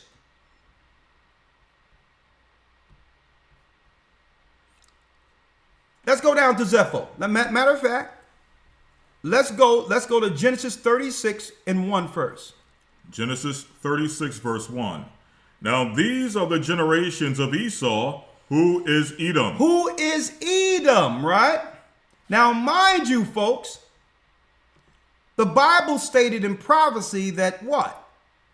It stated that Esau, that two nations were in the woman's womb. Two nations shall be separated from thy bow. So now, here is when Esau becomes a separate nation. He went into Mount Seir. That's right, climbed that mountain like you see in 300, like you see that Nephilim climbing that mountain to speak to the seers. Esau climbed the mountain and connected with the serpent, Satan.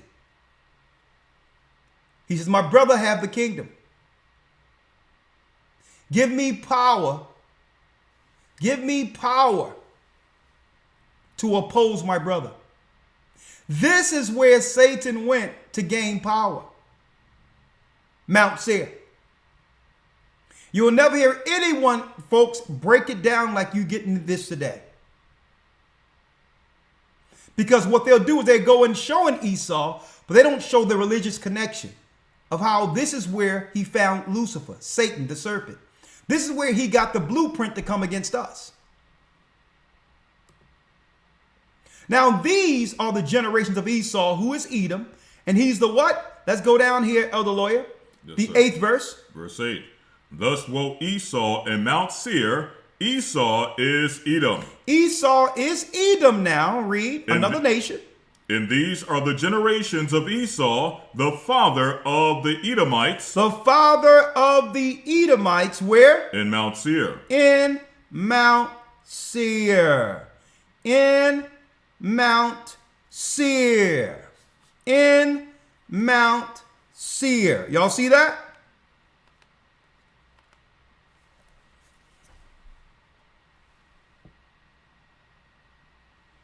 Hold on. Something's going on with this camera. One moment. It's the light shining on it. Yeah? Yeah. Go ahead. You can turn the light down for me on that side. That's the sunlight. Oh, it's a sunlight. Yeah. Ah, I got it. It's fine. Oh, we got sunlight coming in here. That's fine. All right. Now it says what? Read that again. Yes, sir. Verse number 9. And these are the generations of Esau, the father of the Edomites, in Mount Seir. In Mount Seir, folks. Now let's keep that for a second, because in particular, there's a grandson of Esau by the name of Zepho. Let's go straight to it, Elder Lawyer. Verse 10. These are the names of Esau's sons. These are the names of Esau's sons. Eliphaz, the son of Adah, the wife of Esau. Reuel, the son of Bashemoth, the wife of Esau. Read. And the sons of Eliphaz were Timon, Omar, Zepho, and Gatam, and Kenaz. Zepho, Gatam, and Kenaz. Now today I can't go into how Zepho was locked up in Egypt while our forefathers was there. We locked his behind up and he escaped. Okay. I'll show that in our lesson, Who's Edom, in the Academy week 4. Okay. But we locked his behind up. Some men came and broke him out, and he ended up escaping and eventually went into Cyprus and later Italy. Right? But since we're talking about Italy real quick, or Italians, let's now go to the book of Jasher. Because now it's time to find out who Zepho is. Esau's grandson who began a war against us while we were in Egypt. We locked his behind up. He ended up getting arrested. Right? And some people broke him out, and he still, after that, began to do what? Seek to pay countries to get more mercenaries to fight against us. And that's during ancient times of Egypt, folks. The Esau's Edomites are coming against us. But I digress. I don't have a lot of time to deal with those records. I do with that in the academy, but we're going to give you an overview. Right? In the book of Jasher, it reads, an ancient book of Jasher in a translation based on the original Hebrew with the original introductory notes and English. From the original Hebrew into English, folks. This is records of our forefathers. Don't let anyone tell you that the book of Jasher isn't legitimate, okay? The book of Samuel as well as the book of what? Joshua speaks of this record. Okay? The elect, the upright ones, including Moses, had this record. But it gives us some insight of history that you can't find in the Bible concerning particular characters, such as Zepho. Right? So, let's go straight to it. Zepho, right? Hold on.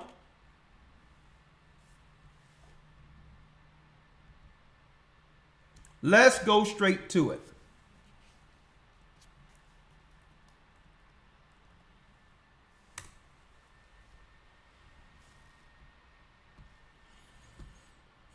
We're going straight to the book of Jasher, chapter 61.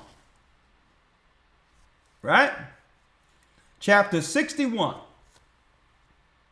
Start at the,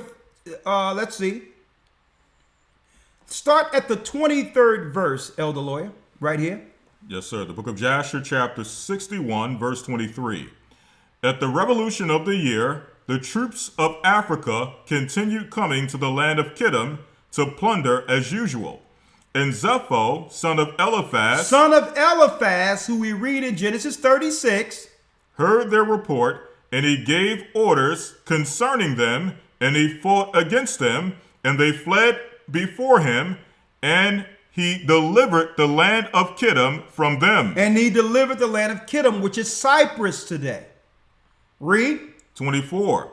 And the children of Kittim saw the valor of Zepho, and the children of Kittim resolved to make Zepho king over them. So this is when Esau began to rule in Europe, first starting in the Greek island of Cyprus.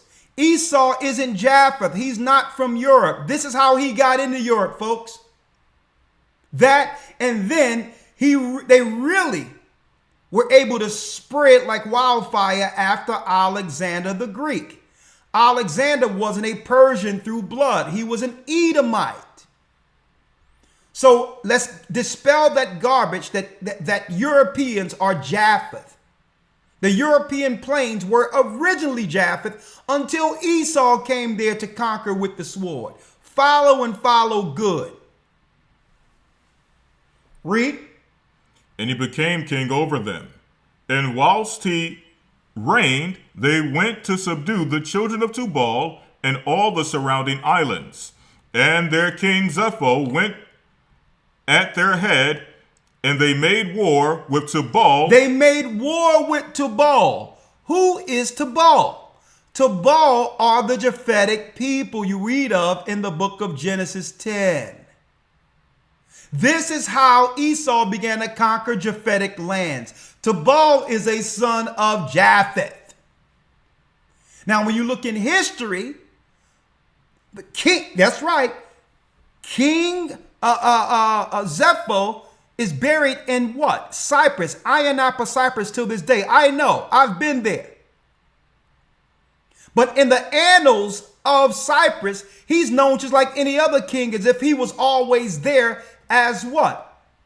The indigenous people. But he wasn't indigenous. So you have people who will find the records and believe that white people are Japhetic people, not realizing how they were able to morph themselves and fuse themselves within any society and stake claim to the land as the people. Listen and listen good. Read. And their king Zepho went at their head, and they made war with Tubal and the islands, and they subdued them. The Greek islands, go on. And when they returned from the battle, they renewed his government for him. They renewed his government. Now Esau is setting up governments now. Read. Over in Europe. Read. And they built for him a very large palace as royal habitation and seat, and they made a large throne for him. They made a large throne for him, folks. This is the throne your Pope sits on till this day. Made a palace for him and a throne. This is the throne that all your popes sit on, and they have deceived the world into believing that these thrones were given through Peter. Okay, and the discipleship that was given through Christ. No, these thrones were set up thousands of years before Christ was born in Italy. Read. And Zepho reigned over the whole land of Kittim and over the whole land of Italia. The whole land of what? Of Italia. The whole land of what? The whole land of Italia. The whole land of Italia. For 50 years. For 50 years. Italy. Italy. The papacy have nothing to do with Christ. They set up a satanic throne, and another name for Zepho, Esau's grandson, is Janus, the god Janus. After he died, the Cypriots and all these people put him in the pantheon of gods and called him God Janus. And Janus was known that after he set up his palace there, Zepho, there was a gateway, a door, where Satan would come through to help direct his empire. And that same doorway is at the Vatican right now. Part 2 coming up. Part 2 coming up. Let me work this light. Do something with this light too. 1 second. 1 second, folks.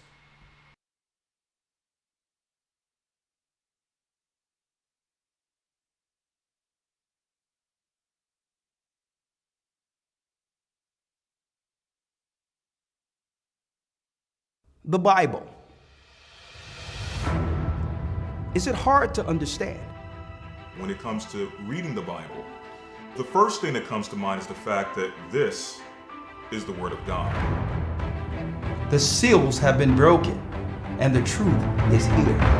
And when we go throughout the scriptures, when we go throughout extra biblical records, we find that the language that God employed, that He used to create the heavens and the earth, was the Hebrew language.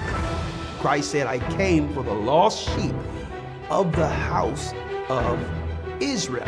But yet no one, no religious leader, no religious church out there anywhere can now identify the 12 tribes of Israel. Can we? God is quite simple, but it seems as if man makes understanding Him hard. What are those mysteries? The truth of your book and the truth will make you free. The Hebrew and Bible Academy, you're invited.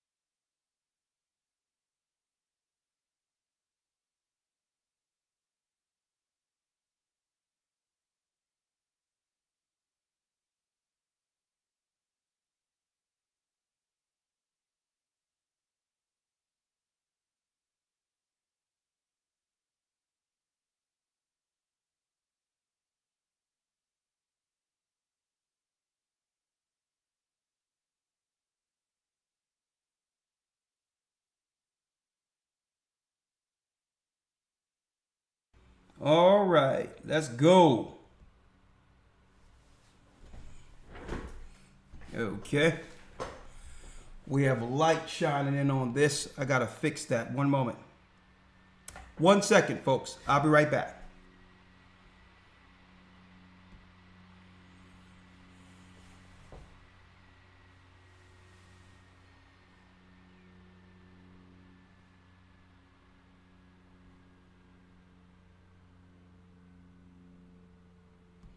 The Bible. Is it hard to understand? When it comes to reading the Bible, the first thing that comes to mind is the fact that this is the Word of God. The seals have been broken, and the truth is here. And when we go throughout the scriptures, when we go throughout extra biblical records, we find that the language that God employed, that He used to create the heavens and the earth, was the Hebrew language. Christ said, I came for the lost sheep of the house of Israel. But yet no one, no religious leader, no religious church out there anywhere can now identify the 12 tribes of Israel. Can we? God is quite simple, but it seems as if man makes understanding Him hard. What are those mysteries? The truth of your book and the truth will make you free. The Hebrew and Bible Academy, you're invited.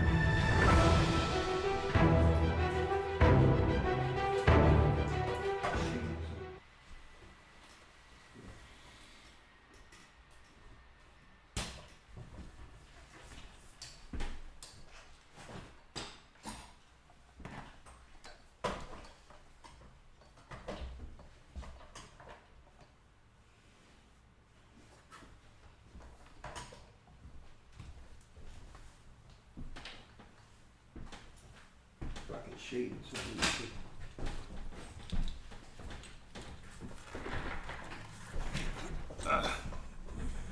All right, 1 second. Yep, that's better. That's way better. Yeah. The water. All right, sunshine. I gotta fix those things. We have a new studio, so bear with us.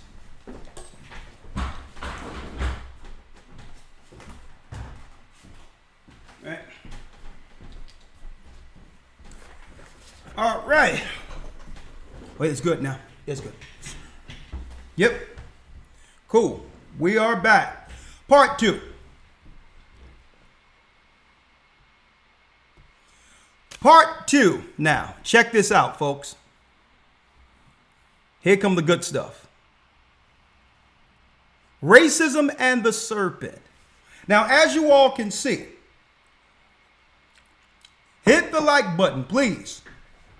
If y'all think this is something, wait till y'all get in this academy, folks. But I got some more stuff for you. Check this out. Let's go back, Elder Lawyer, to where we left off at, right? As you can see in the book of Joshua, and we have a lot of extra biblical text. We're going to talk about that tomorrow in the academy. Atalia for 50 years. Who ruled in Atalia? Esau's grandson. It was told Esau he would live by the sword. His grandson, Zepho. Where did he become king over? Italy. Atalia for 50 years. This is your Vatican.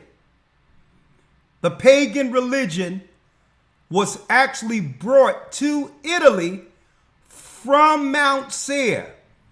Esau's religion he learned at Mount Seir was taken from the mountains of Mount Seir into the Mediterranean area, Cyprus, as well as Italy. Zepho.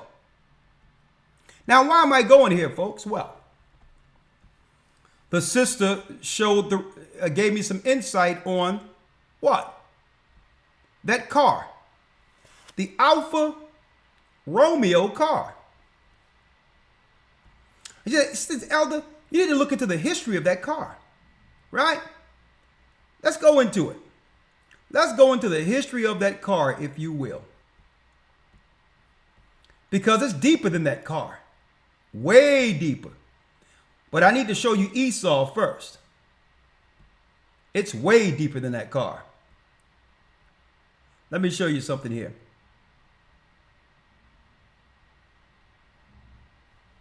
One second.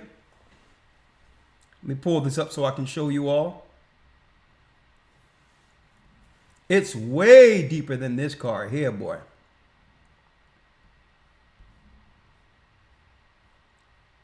Right? Because I went to the history of this car, the lawyer.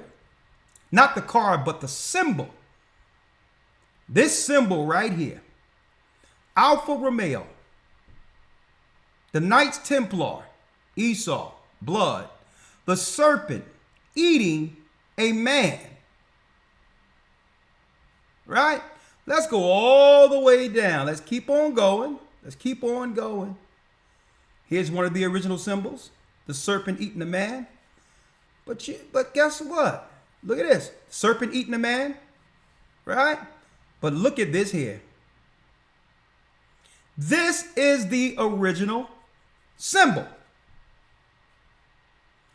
The original symbol comes from a time where the Italian family, Visconti family, in 1494 and others, earlier in the 1400s, began to destroy and expel and straight kill and eradicate the Moors of Spain. The Moors of Spain were Israelites. They were converted Israelites who were converted into Islam. Jacob. I need y'all to look at that. A black man was the original. Was the original, folks. Hit that like button. Judah. Totally consuming and destroying Jacob according to a prophecy. In the 1400s, the late 1400s, the Visconti family, who were Edomites. And now all of a sudden, out of nowhere, after 20 years, they want this particular company to begin to sell cars in America. And you see, the secret societies are big on symbolisms, bringing out certain secret codes of what they're going to do next. Well, you don't understand why they're introducing this car and emblem if you don't understand history of what they did to us in Spain. Y'all see this? Need y'all to look at this. Now, so what we do here, we break a few things down for you. Right? So let's go to one of the original emblems in Italy. Till this day, the Visconti family. In Italy till this day, showing the dragon coming against the brother Jacob. Unless you know you're Israel, you will never understand this. Over and over again, consuming us, destroying us. And who's behind this? The Edomites. The Visconti family. The Serpent people. From the bloodline of Esau and Zepho. Right? But there's more. The same time they was expelling us from Spain, there was another decree in which they began to send out what? Voyagers. Explorers into the New World, looking for our people here from the 10 tribes in the New World called, that they renamed America. Same time they're coming against our people, they have what? They have an emblem of the serpent swallowing up Jacob, the man of prophecy. Oh yeah, so what do? We want to show you an original image of a Moor. See, and this is where Ishmael comes in. Ishmael comes in to lie on history and claim that that was an attack against Arabs. Esau and Ishmael always worked together to keep the name of Israel from ever being a nation. Remember that. So Arabs come in anytime they need some deception historically, they bring in Ishmael to back their lying stories and try to claim that the expulsion had something to do with an attack on Islam or Arabs, which was a lie. It was an attack on Israelites who were ruling in Spain. This is from the National Geographic, the original Moors. Who were the Moors? Who were the Moors? Israelites. Israelites, folks. I'm going into more of this soon. You got to get in that academy, but I'm going into it. The Dark Ages, I'm going into it. So what did they do? The Visconti family, that's right, aligned themselves with the banks and began to conspire and destroy our people to the point of expulsion. When you hear about the Jews being expelled from Spain, that was us, folks.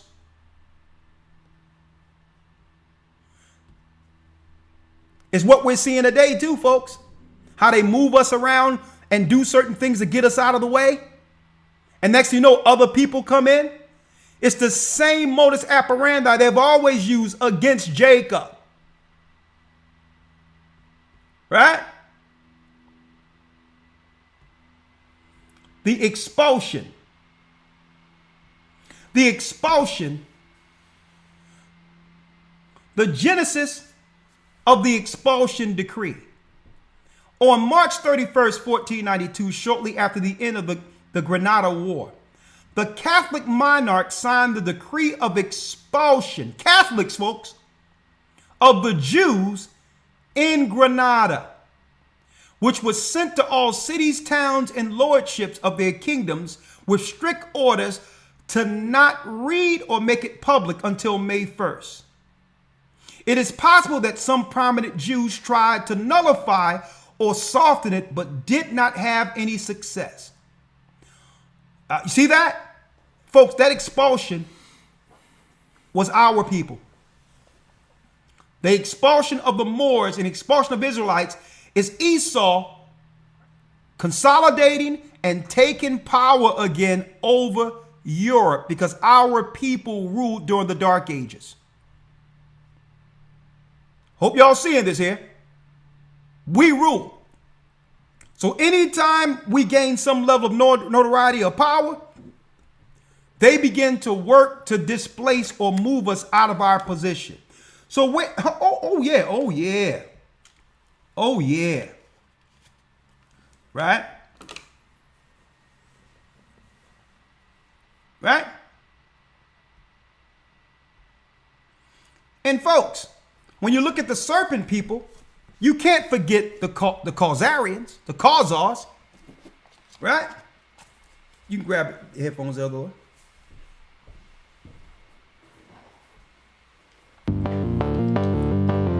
Fair use.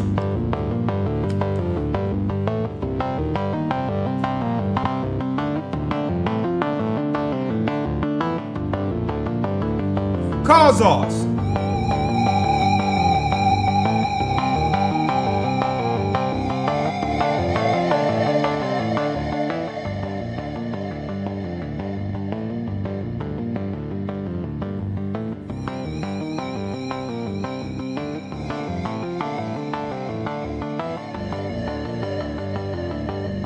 Poland, Austria. The Khazars was once worshippers of the Siva Lingam.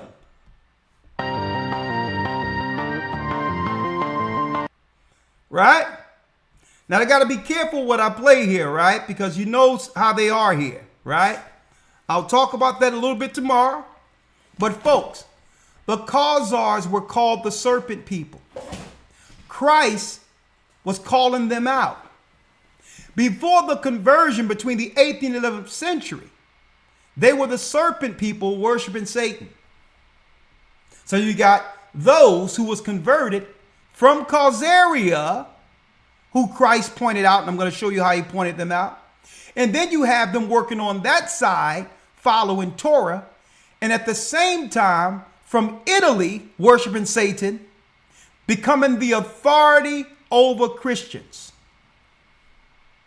so that they can now use that as a Trojan horse to come into our neighborhoods and destroy us, to come into our countries and deceive us. Right? I'm just being careful. I want to still keep a channel here. Right?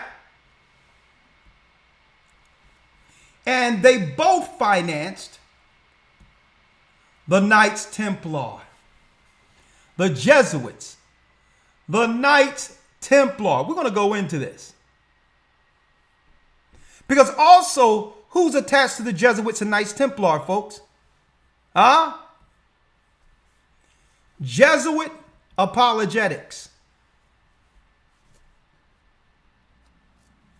The accusations brought against the society have been exceptional for their frequency and fierceness. Many include would be too absurd to deserve mention when they're not credited even by the cultured literary people, such as instance of the charges of the society was responsible for France's Prussian War, they're behind the wars, the affair Dreyfus, the Panama Scandal, the assassination of popes, princes, statements found in books, periodics, on and on and on. This is what? A Catholic site that goes into Jesuit apologetic. When you hear of Jesuit apologetics, folks, it's attached to Ignatius Loyola, the Dark Knight. It's attached to what? The political mercenary faction of the Roman Catholic Church sent by Esau to disturb. Now you notice out of nowhere, when Israelites started getting notoriety in the United States, the apologetics came out using a person by the name of Vocab Malone as a front. That battle of Jacob and Esau continues. I need y'all to check this out. Out of nowhere, these guys come, but you got to look at his affiliations to know that that's just a front channel. It's a front channel, folks. You got to look at the affiliations. The Jesuits are now trying to do what? Put the cat back in the bag. They're trying to now stifle the rise of Israel. You will never see those apologetics talk about Judaism, that's against Christ, and you rarely hear them talking about Catholics who are set up with a pagan religion. You'll never hear them talk about any of those two. You'll never hear them speak ill about Judaism, and you'll never hear them speak about what? Catholics. They're the Dark Knights, folks. I'm just going to put that out there real quick. They're the Dark Knights who have now crept their way. They even try to conversate and try to be on conscious community sites.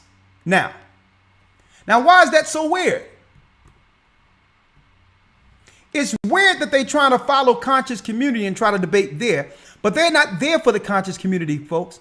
They're there because Israelites are wasting their time working with the conscious community, not realizing that the only notoriety they really get is when our people come on their platforms.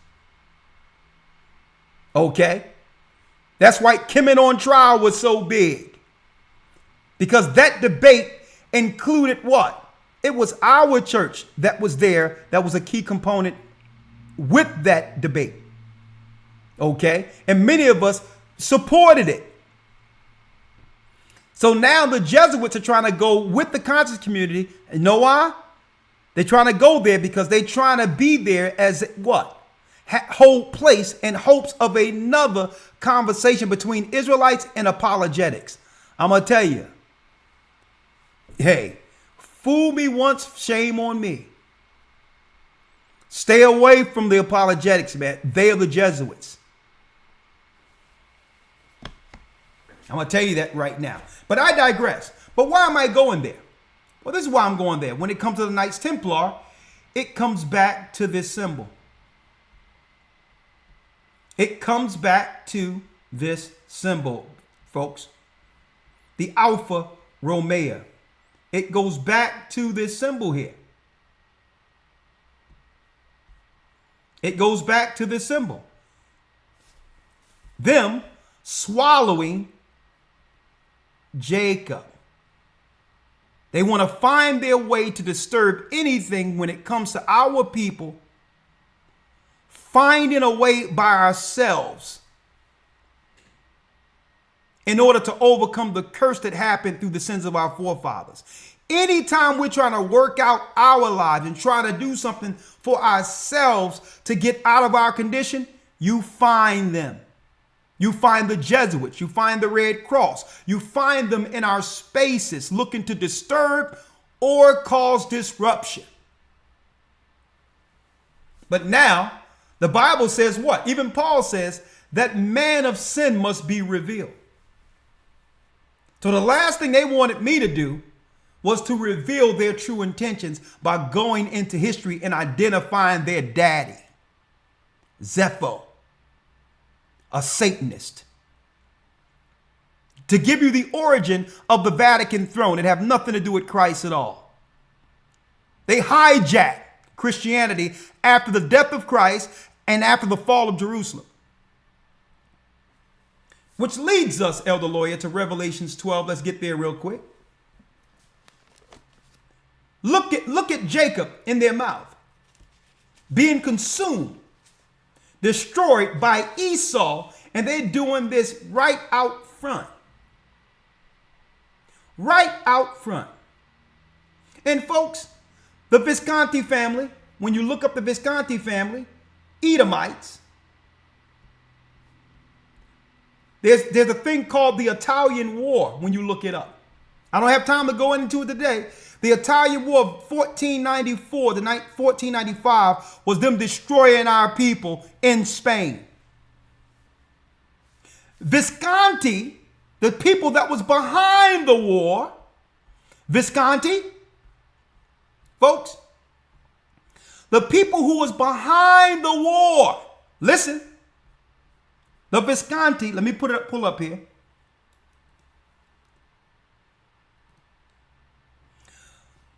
The descendants of Valentina Visconti are the people behind that symbol today.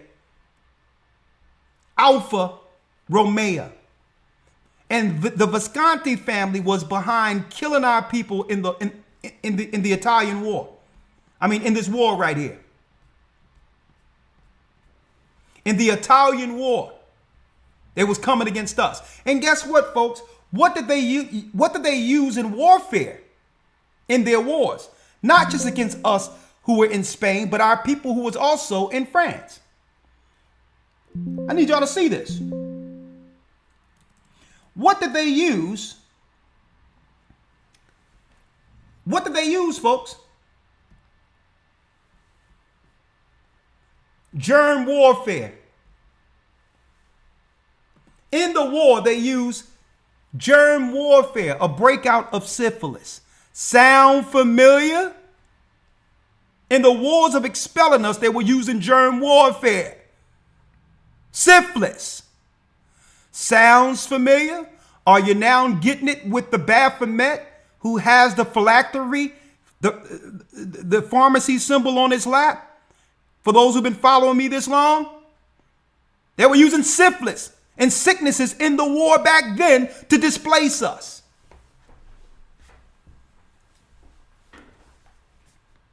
Look at this.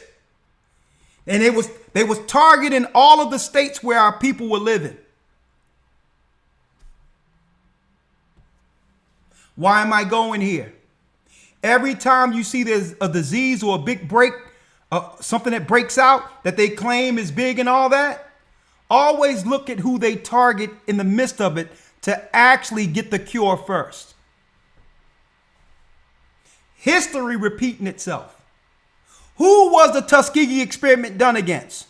Our people here in the Americas, the same way they did it back then with the Visconti family, who, that's right, the emblem of that car are them. And at the same time they looking to destroy our people, here come a car out of nowhere with a history of destroying our people.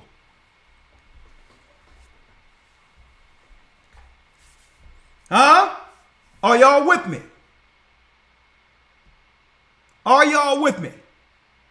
Okay. Elder Lloyd, let's go to Revelation 12 now. Yes, sir. We're going to wrap up and get ready for the academy. Revelation 12. Let's get it. All right. Same thing. What did they do when they came over to the Americas? They brought diseases. So don't forget the Baphomet with the phylactery or the pharmacy symbol on his lap. All right, Elder Lloyd, let's get Revelation 12. Revelation 12 and 1. Come on. And there appeared a great wonder in heaven, a woman clothed with the sun, and the moon under her feet, and upon her head a crown of 12 stars. A crown of 12 stars, which represents the 12 tribes of Israel. And she being with child cried, travailing in birth, and pain to be delivered. And pain to be delivered, read. And there appeared another wonder in heaven, and behold, a great red dragon. A great red dragon. Now let's see who this dragon is. Having 7 heads and 10 horns and 7 crowns upon his heads. The 7 heads represents the 7 mountains of Rome. The 10 horns are the original EU, the union of the European nations that was consolidated by the Roman Empire with a confederacy against us. Every time they would attack us and we would go someplace else, they would align themselves with Arabs, Ishmael, as the conspiracy states in Psalm 83, to help them,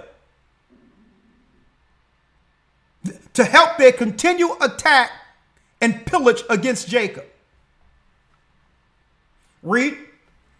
Verse 4, and his tail drew the third part of the stars of heaven, and did cast them to the earth. And the dragon stood before the woman, which was ready to be delivered, for to devour her child as soon as it was born. So this is what? This is near Herod. The governor Herod, set up by Esau, who was also an Edomite. Herod, who what? Who wanted the wise men to bring Christ to him in order for him to sacrifice Christ to their gods. He was seeking to kill the child. Edomites. The same way they prey on the ignorance of straight crazy people. Ignorant people. Who they think people are dumb. Oh yeah, it's a woman's body. It's her choice. These blood-drinking Satanists have actually did what? Have desensitized the world to a degree that unborn children aren't even safe. And it's the same people that's behind the serpent, that's behind that legislation. What better way to get in front of a future prophecy than to kill the child before the child has an opportunity to fulfill the prophecy? What better way? What better way, folks, to thwart a prophecy than to put political scenarios in place that would have a woman choose to destroy her own child before it's born? We're reading it right here. They wanted to do that to Christ. They wanted him dead at birth, knowing the prophecy. What is the prophecy? The elder shall serve the younger. So Esau was waiting to gain political power in order to do what? To enforce the threat that was given by his father. The Edomites. The threat was, no sooner as our father Isaac dies, I'm coming after our brother Jacob. They just needed the political fortitude to do so. So when you see other people coming into your neighborhoods and all that being lined under immigration, you need to look at that entirely different, folks. This is social engineering by Esau. And he's going to use the phylactery to finish our people off. And I'm going to show you what the phylactery is. Read. Verse 5. And she brought forth a man-child who was to rule all nations with a rod of iron. Come on. And the child was caught up unto God and to his throne. And the woman fled into the wilderness, where she have a place prepared of God, that they should feed her there 1,260 days. Come on. And there was war in heaven. Michael and his angels fought against the dragon, and the dragon fought and his angels, and prevailed not, neither was their place found any more in heaven. And the great dragon was cast out, that old serpent called the devil and Satan. That old serpent called what? The devil and Satan. The devil and Satan. Which deceiveth the whole world. How do he deceive the whole world? He used media. He used psychology. See, but if you know you're Israel, you're not going for it. And this is why they said what? Well, any Israelites with any sense wouldn't go for it.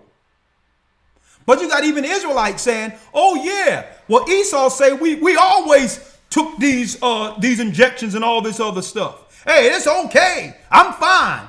Out of their minds. On one hand, you call Esau the devil. And on the other hand, you follow everything he say. He becomes your daddy. Putting and placing your people in harm's way.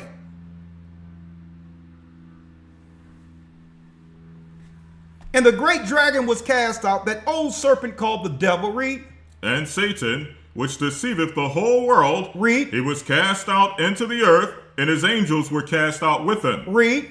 And I heard a loud voice saying in heaven, now is come salvation and strength and the kingdom of our God and the power of his Christ, for the accuser of our brethren is cast down, which accused them before our God day and night. Now let's go all the way down, Elder Lawyer, if you may, where after Satan could have no more power in heaven, he did what? 13. Verse 13, and when the dragon saw that he was cast into the earth, he persecuted the woman which brought forth the man-child. The serpent persecuted the woman who brought forth the man-child. Who's the woman who brought forth Christ? Israel. So no soon as what? No soon as Christ died, resurrected, and took full power of heaven and earth, the keys, as far as hell goes, Satan was bound to this realm where he could no longer go into the ground anymore or above the firmament. He was trapped here. And at that point, he began to come after us. He began to send the armies after us. Read. And when the dragon saw that he was cast unto the earth, he persecuted the woman which brought forth the man-child. Read. And to the woman were given 2 wings of a great eagle, that she might fly into the wilderness, into her place, where she is nourished for a time and times and a half time from the face of the serpent. And this is when we started fleeing. We went into different parts of Africa, Spain, and all that. We're talking about 70 AD. We started fleeing from what? That's right. The assaults, being assailed by the Roman Empire. And once we settled in Spain and others, 1400s, they began to do it again. They came against us again. In Africa, they would send Catholic missionaries till this day and still come after us. And now we're in the cities, minding our business. We don't have what? We don't have what? A pot to pee in and a window to throw it out, and they still coming after us. We're poor, destitute, and now they begin to roll out stuff and saying, well, guess what? There's a disease coming for y'all. Same thing they did in Spain. Y'all better wake up. Because why? Folks, they don't see us as the poor people we are or the destitute people we are. No. They are afraid of what they know will become. They know the prophecy. The elder shall serve the younger. So right now, we may be a bum in the street. We may be on drugs. We may be whatever. But that's not what they're concerned about. They're concerned about what happens when these people clean themselves up and God used them for good. And if that happens, we will pick up from where that prophecy left off. One day, the elder is going to serve the younger. That's what they are afraid of, folks. That's why I pointed out the Knights Templar, the symbol on the car, the serpent. I pointed it out because, folks, let me tell you, we live rent-free in their head 24 hours a day. They are afraid of what we might become if they don't intrude or disrupt. I'm going to tell you that right now. Their existence is keeping us from ever fulfilling that prophecy. Let's read it. Verse number 15. 15. And the serpent cast out of his mouth water as a flood after the woman. Water are the lies, philosophy, and evil they're spewing out. Read. That he might cause her to be carried away of the flood. And that's what the Jesuit does. That's what they do, folks. They come up with all these conspiracies to take us out. Biological warfare, psychological warfare, separating our families, indoctrinating our children against the biblical principles. They're working in universities. They're working in the churches. They're working 24 hours a day to flood us with evil, wickedness, satanic ideology. Right? But Christ stated, ye shall know the truth, and the truth shall make you free. I need y'all to see this real quick, folks. You shall know the truth, and the truth shall make you free. Knowing is half the battle. And if we don't understand our history as Israelites, we're doomed to repeat it. Because guess what? Esau, he just pulled out the same old bag of tricks. He does the same thing over and over and over again.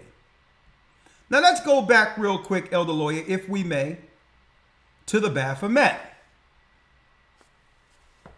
The crescent moon. Right? And don't forget, even under Judaism, they have what? Babylonian names for months. Tammuz is one of the months. Tammuz was a Babylonian god, worship.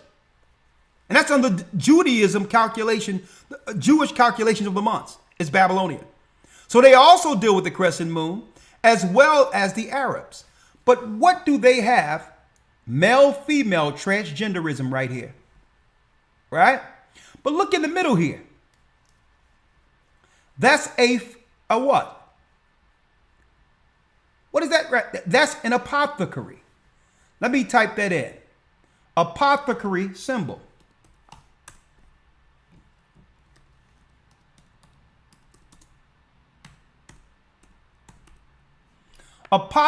Apothecary symbol. Right?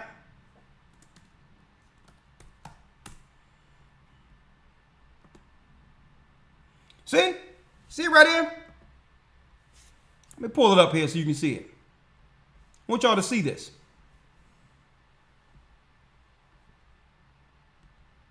See that? See that apothecary symbol? So what will he use with Esau?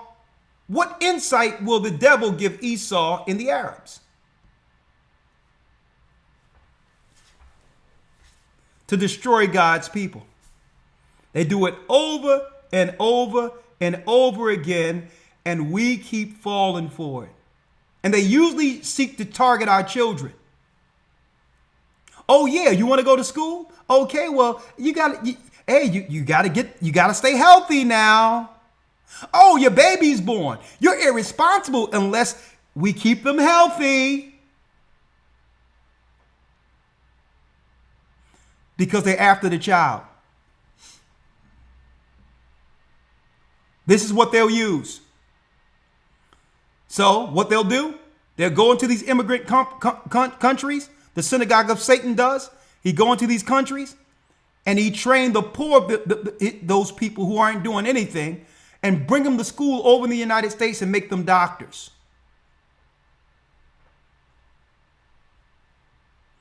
Give them pharmacies. So that you can't claim it's the white man doing it to you. Right? And guess what? The same thing that happened during the Spain and others, the expulsions. Before they were able to move us out of any areas in past time, folks, a so-called disease broke out first. A convenient disease breaks out, and then afterwards, our people are conveniently dead or get displaced or moved someplace else. Only for others to come in. This has happened throughout all of history, folks. I hope y'all can tie 2 and 2 together. Huh?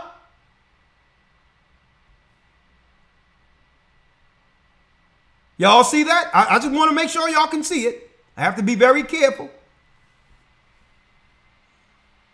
See? Transgenderism. The ideology of the Baphomet, where a man is running around with a woman's breast. And guess what? A lot of these so-called programs they have rolled out for all the medical and stuff, they got a certain people who's a minority over all these programs. Not you.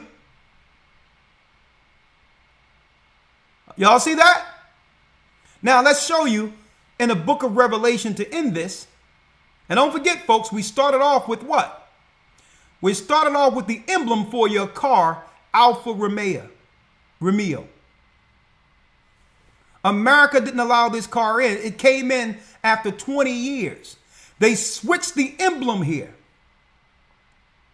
They switched the emblem from a black man knowing its history of the serpent swallowing our people with what? With full support from the Catholic Church to destroy Jacob, which is Revelation, the 12th chapter, with them being the serpent people. Right? I want y'all to see that. But let's go now, Elder Lawyer, to Revelation 9 to show you the Baphomet and how, according to prophecy, he would administer the poison against the children of Israel, against the populations of the world. Right? There you go again. Right? 1 second. There you go again. Elder Lloyd, let's get Revelation 9. Yes, sir. Revelation 9. And let's start at the first verse. Speaking of the phylactery now. Yes, sir. Revelation 9:1. And the fifth angel sounded, and I saw a star fall from heaven unto the earth. I saw a star fall from heaven. Folks, fallen stars are angels. Fallen stars are angels. Okay? Read. And to him was given the key of the bottomless pit. Come on. And he opened the bottomless pit, and there arose a smoke out of the pit, as the smoke of a great furnace, and the sun and the air were darkened by reason of the smoke of the pit. Read. And there came out of the smoke locusts upon the earth, and unto them was given power as the scorpions of the earth have power. And it says, and there came out of the smoke locusts upon the earth, and upon them was given power as the scorpions of the earth have power. Now, brothers and sisters, real quick, how do scorpions have power? Put it in the chat. What's the power scorpions have? Huh?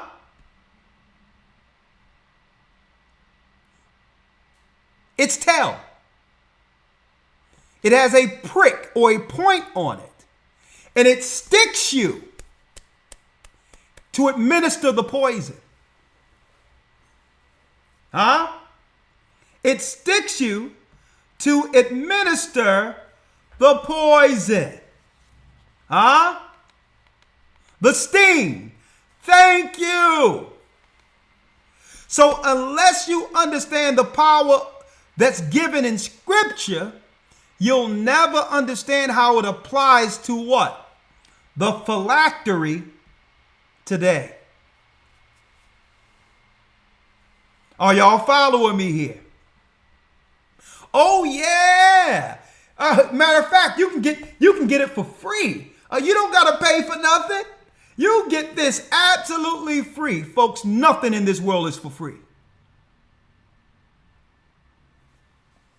Let me break it down for you here, because this is how Ishmael and all the other nations are using this to displace us and to destroy us in plain sight. Right?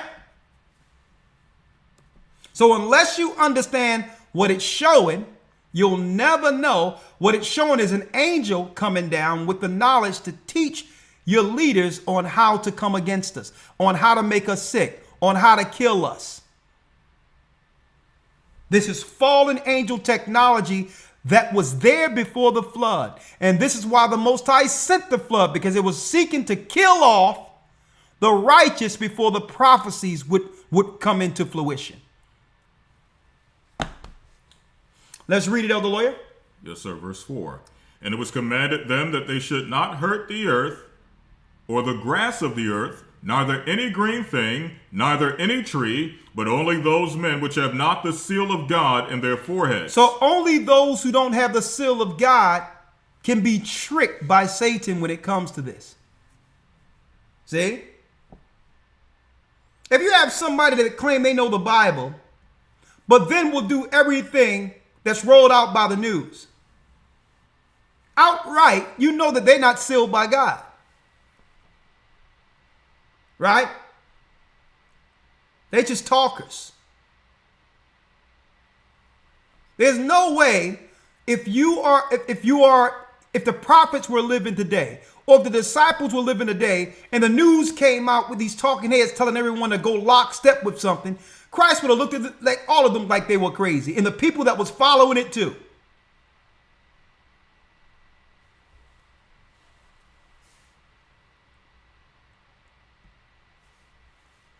Neither any tree, but what? Neither any tree, but only those men which have not the seal of God in their forehead. Read.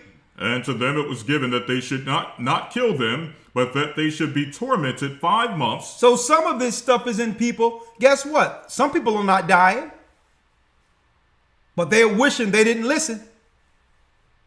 They know that something is different with their bodies. And this is what happens when you listen to him. See? It's an orchestrated effort by Satan to do what? To destroy the righteous. Even churches were opened up to that madness. Let's read it. And to them it was given that they should not kill them, but that they should be tormented 5 months, and their torment was as the torment of a scorpion when he striketh a man. It's a torment of a what? Of a scorpion when he striketh a man. Because when a scorpion striketh a man, or a snake or serpent bites a man, what happens? They have to get someplace to receive an antidote. Usually they have to find an antidote. Sounds familiar, folks? Now you see why they don't want you in the Bible? Because now I understand the weaponry Satan would use to destroy God's elect. And it's all voluntarily. It's all voluntary, so it gives me the power to say, thank you, but no thank you. Okay? Now, if somebody else want to do it, that's their business. Right?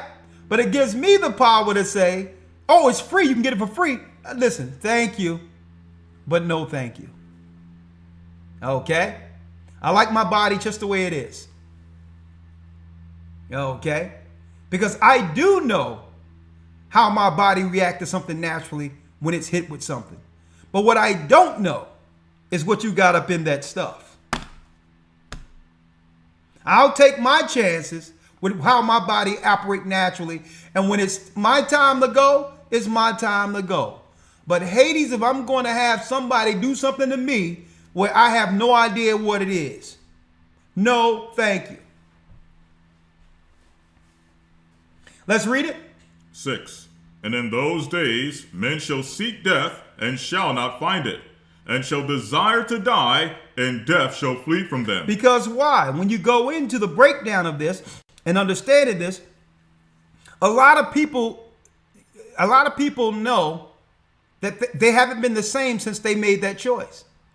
Psychologically and all that, to a degree where if I can't have the regular quality of life that I've had before, what good is living? I can't walk. I can't speak the way I used to. My equilibrium is down. Cancers is going around. It makes it where people who once were full of life have no hope to live going forward because their quality of life has been taken away.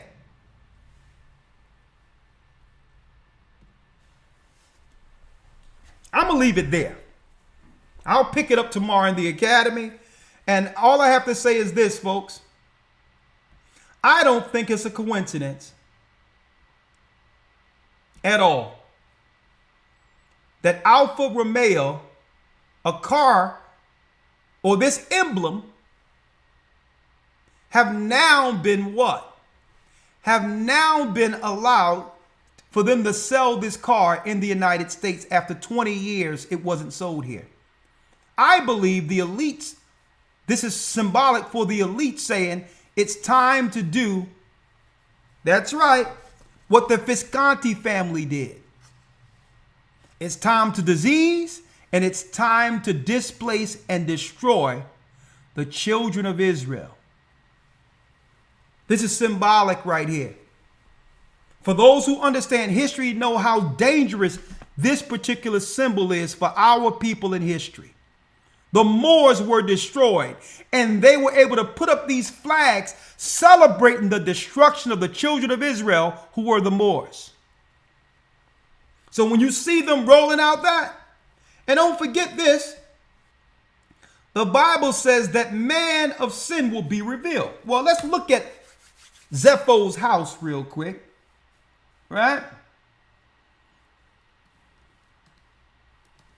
Right? Let's look at Zepho's house.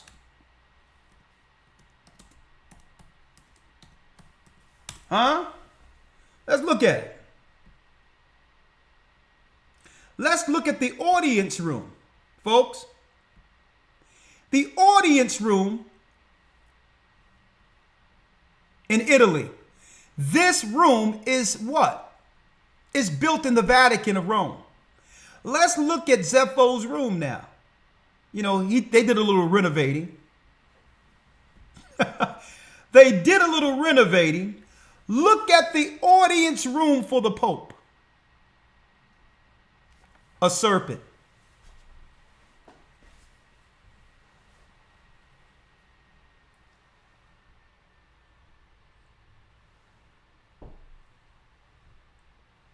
They spruced it up a little bit. The serpent. All right.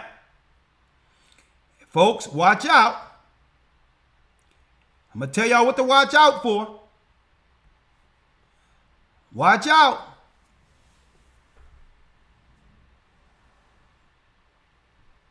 Watch out. They're coming.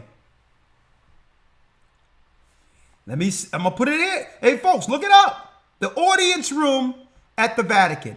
Type it in yourself. The audience room post Francis financial reforms rattle Vatican's old guard. And this comes from parallels many stories to bring forth what? One world. One world order. One world order. You got your Vaticans, you got your Jesuits, and they all up in our business because why? They understand the prophecy.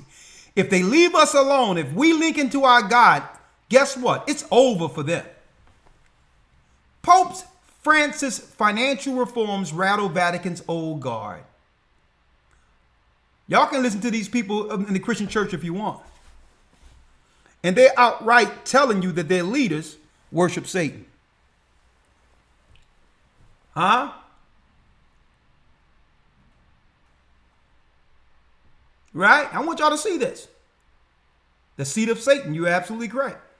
Okay, we have a lot of very informed brothers and sisters in here today. Look at this. Uh-huh. We see you.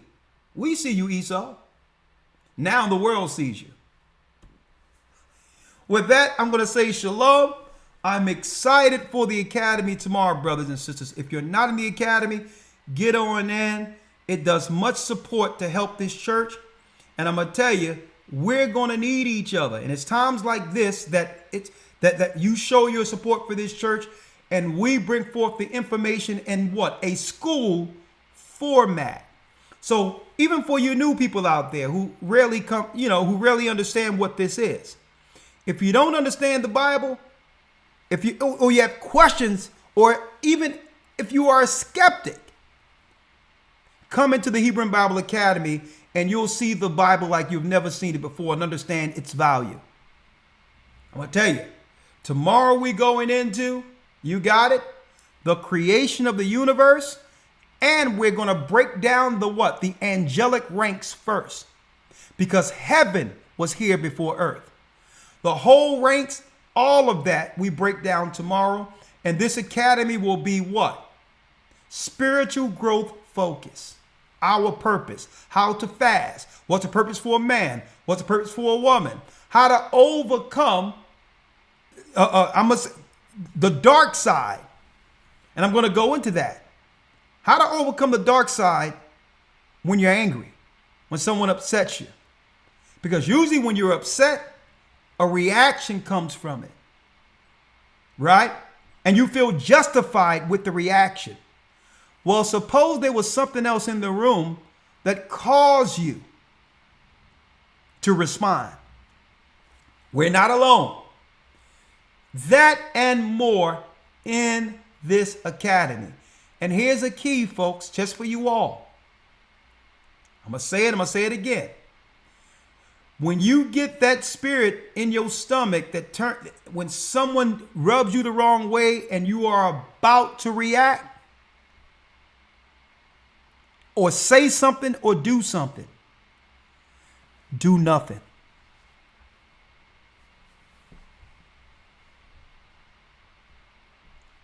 Do nothing. Whatever you say, you're going to regret. Whatever you do, it's sin that comes forth because it's vengeance. That's when you know another spirit have entered you. You feel it in your stomach first. You'll feel it in the quarters of your stomach. That's where you feel it first. And just do like this. Go into a bathroom and say the Lord's Prayer. And then come back with what? A clear mind to fix the situation. But in that moment, you don't want to play in that moment. Many people have died and went to prison. Died or went to prison because they couldn't overcome that moment when something entered them. That's just one key. But we're going to be talking about this spiritual growth in the academy.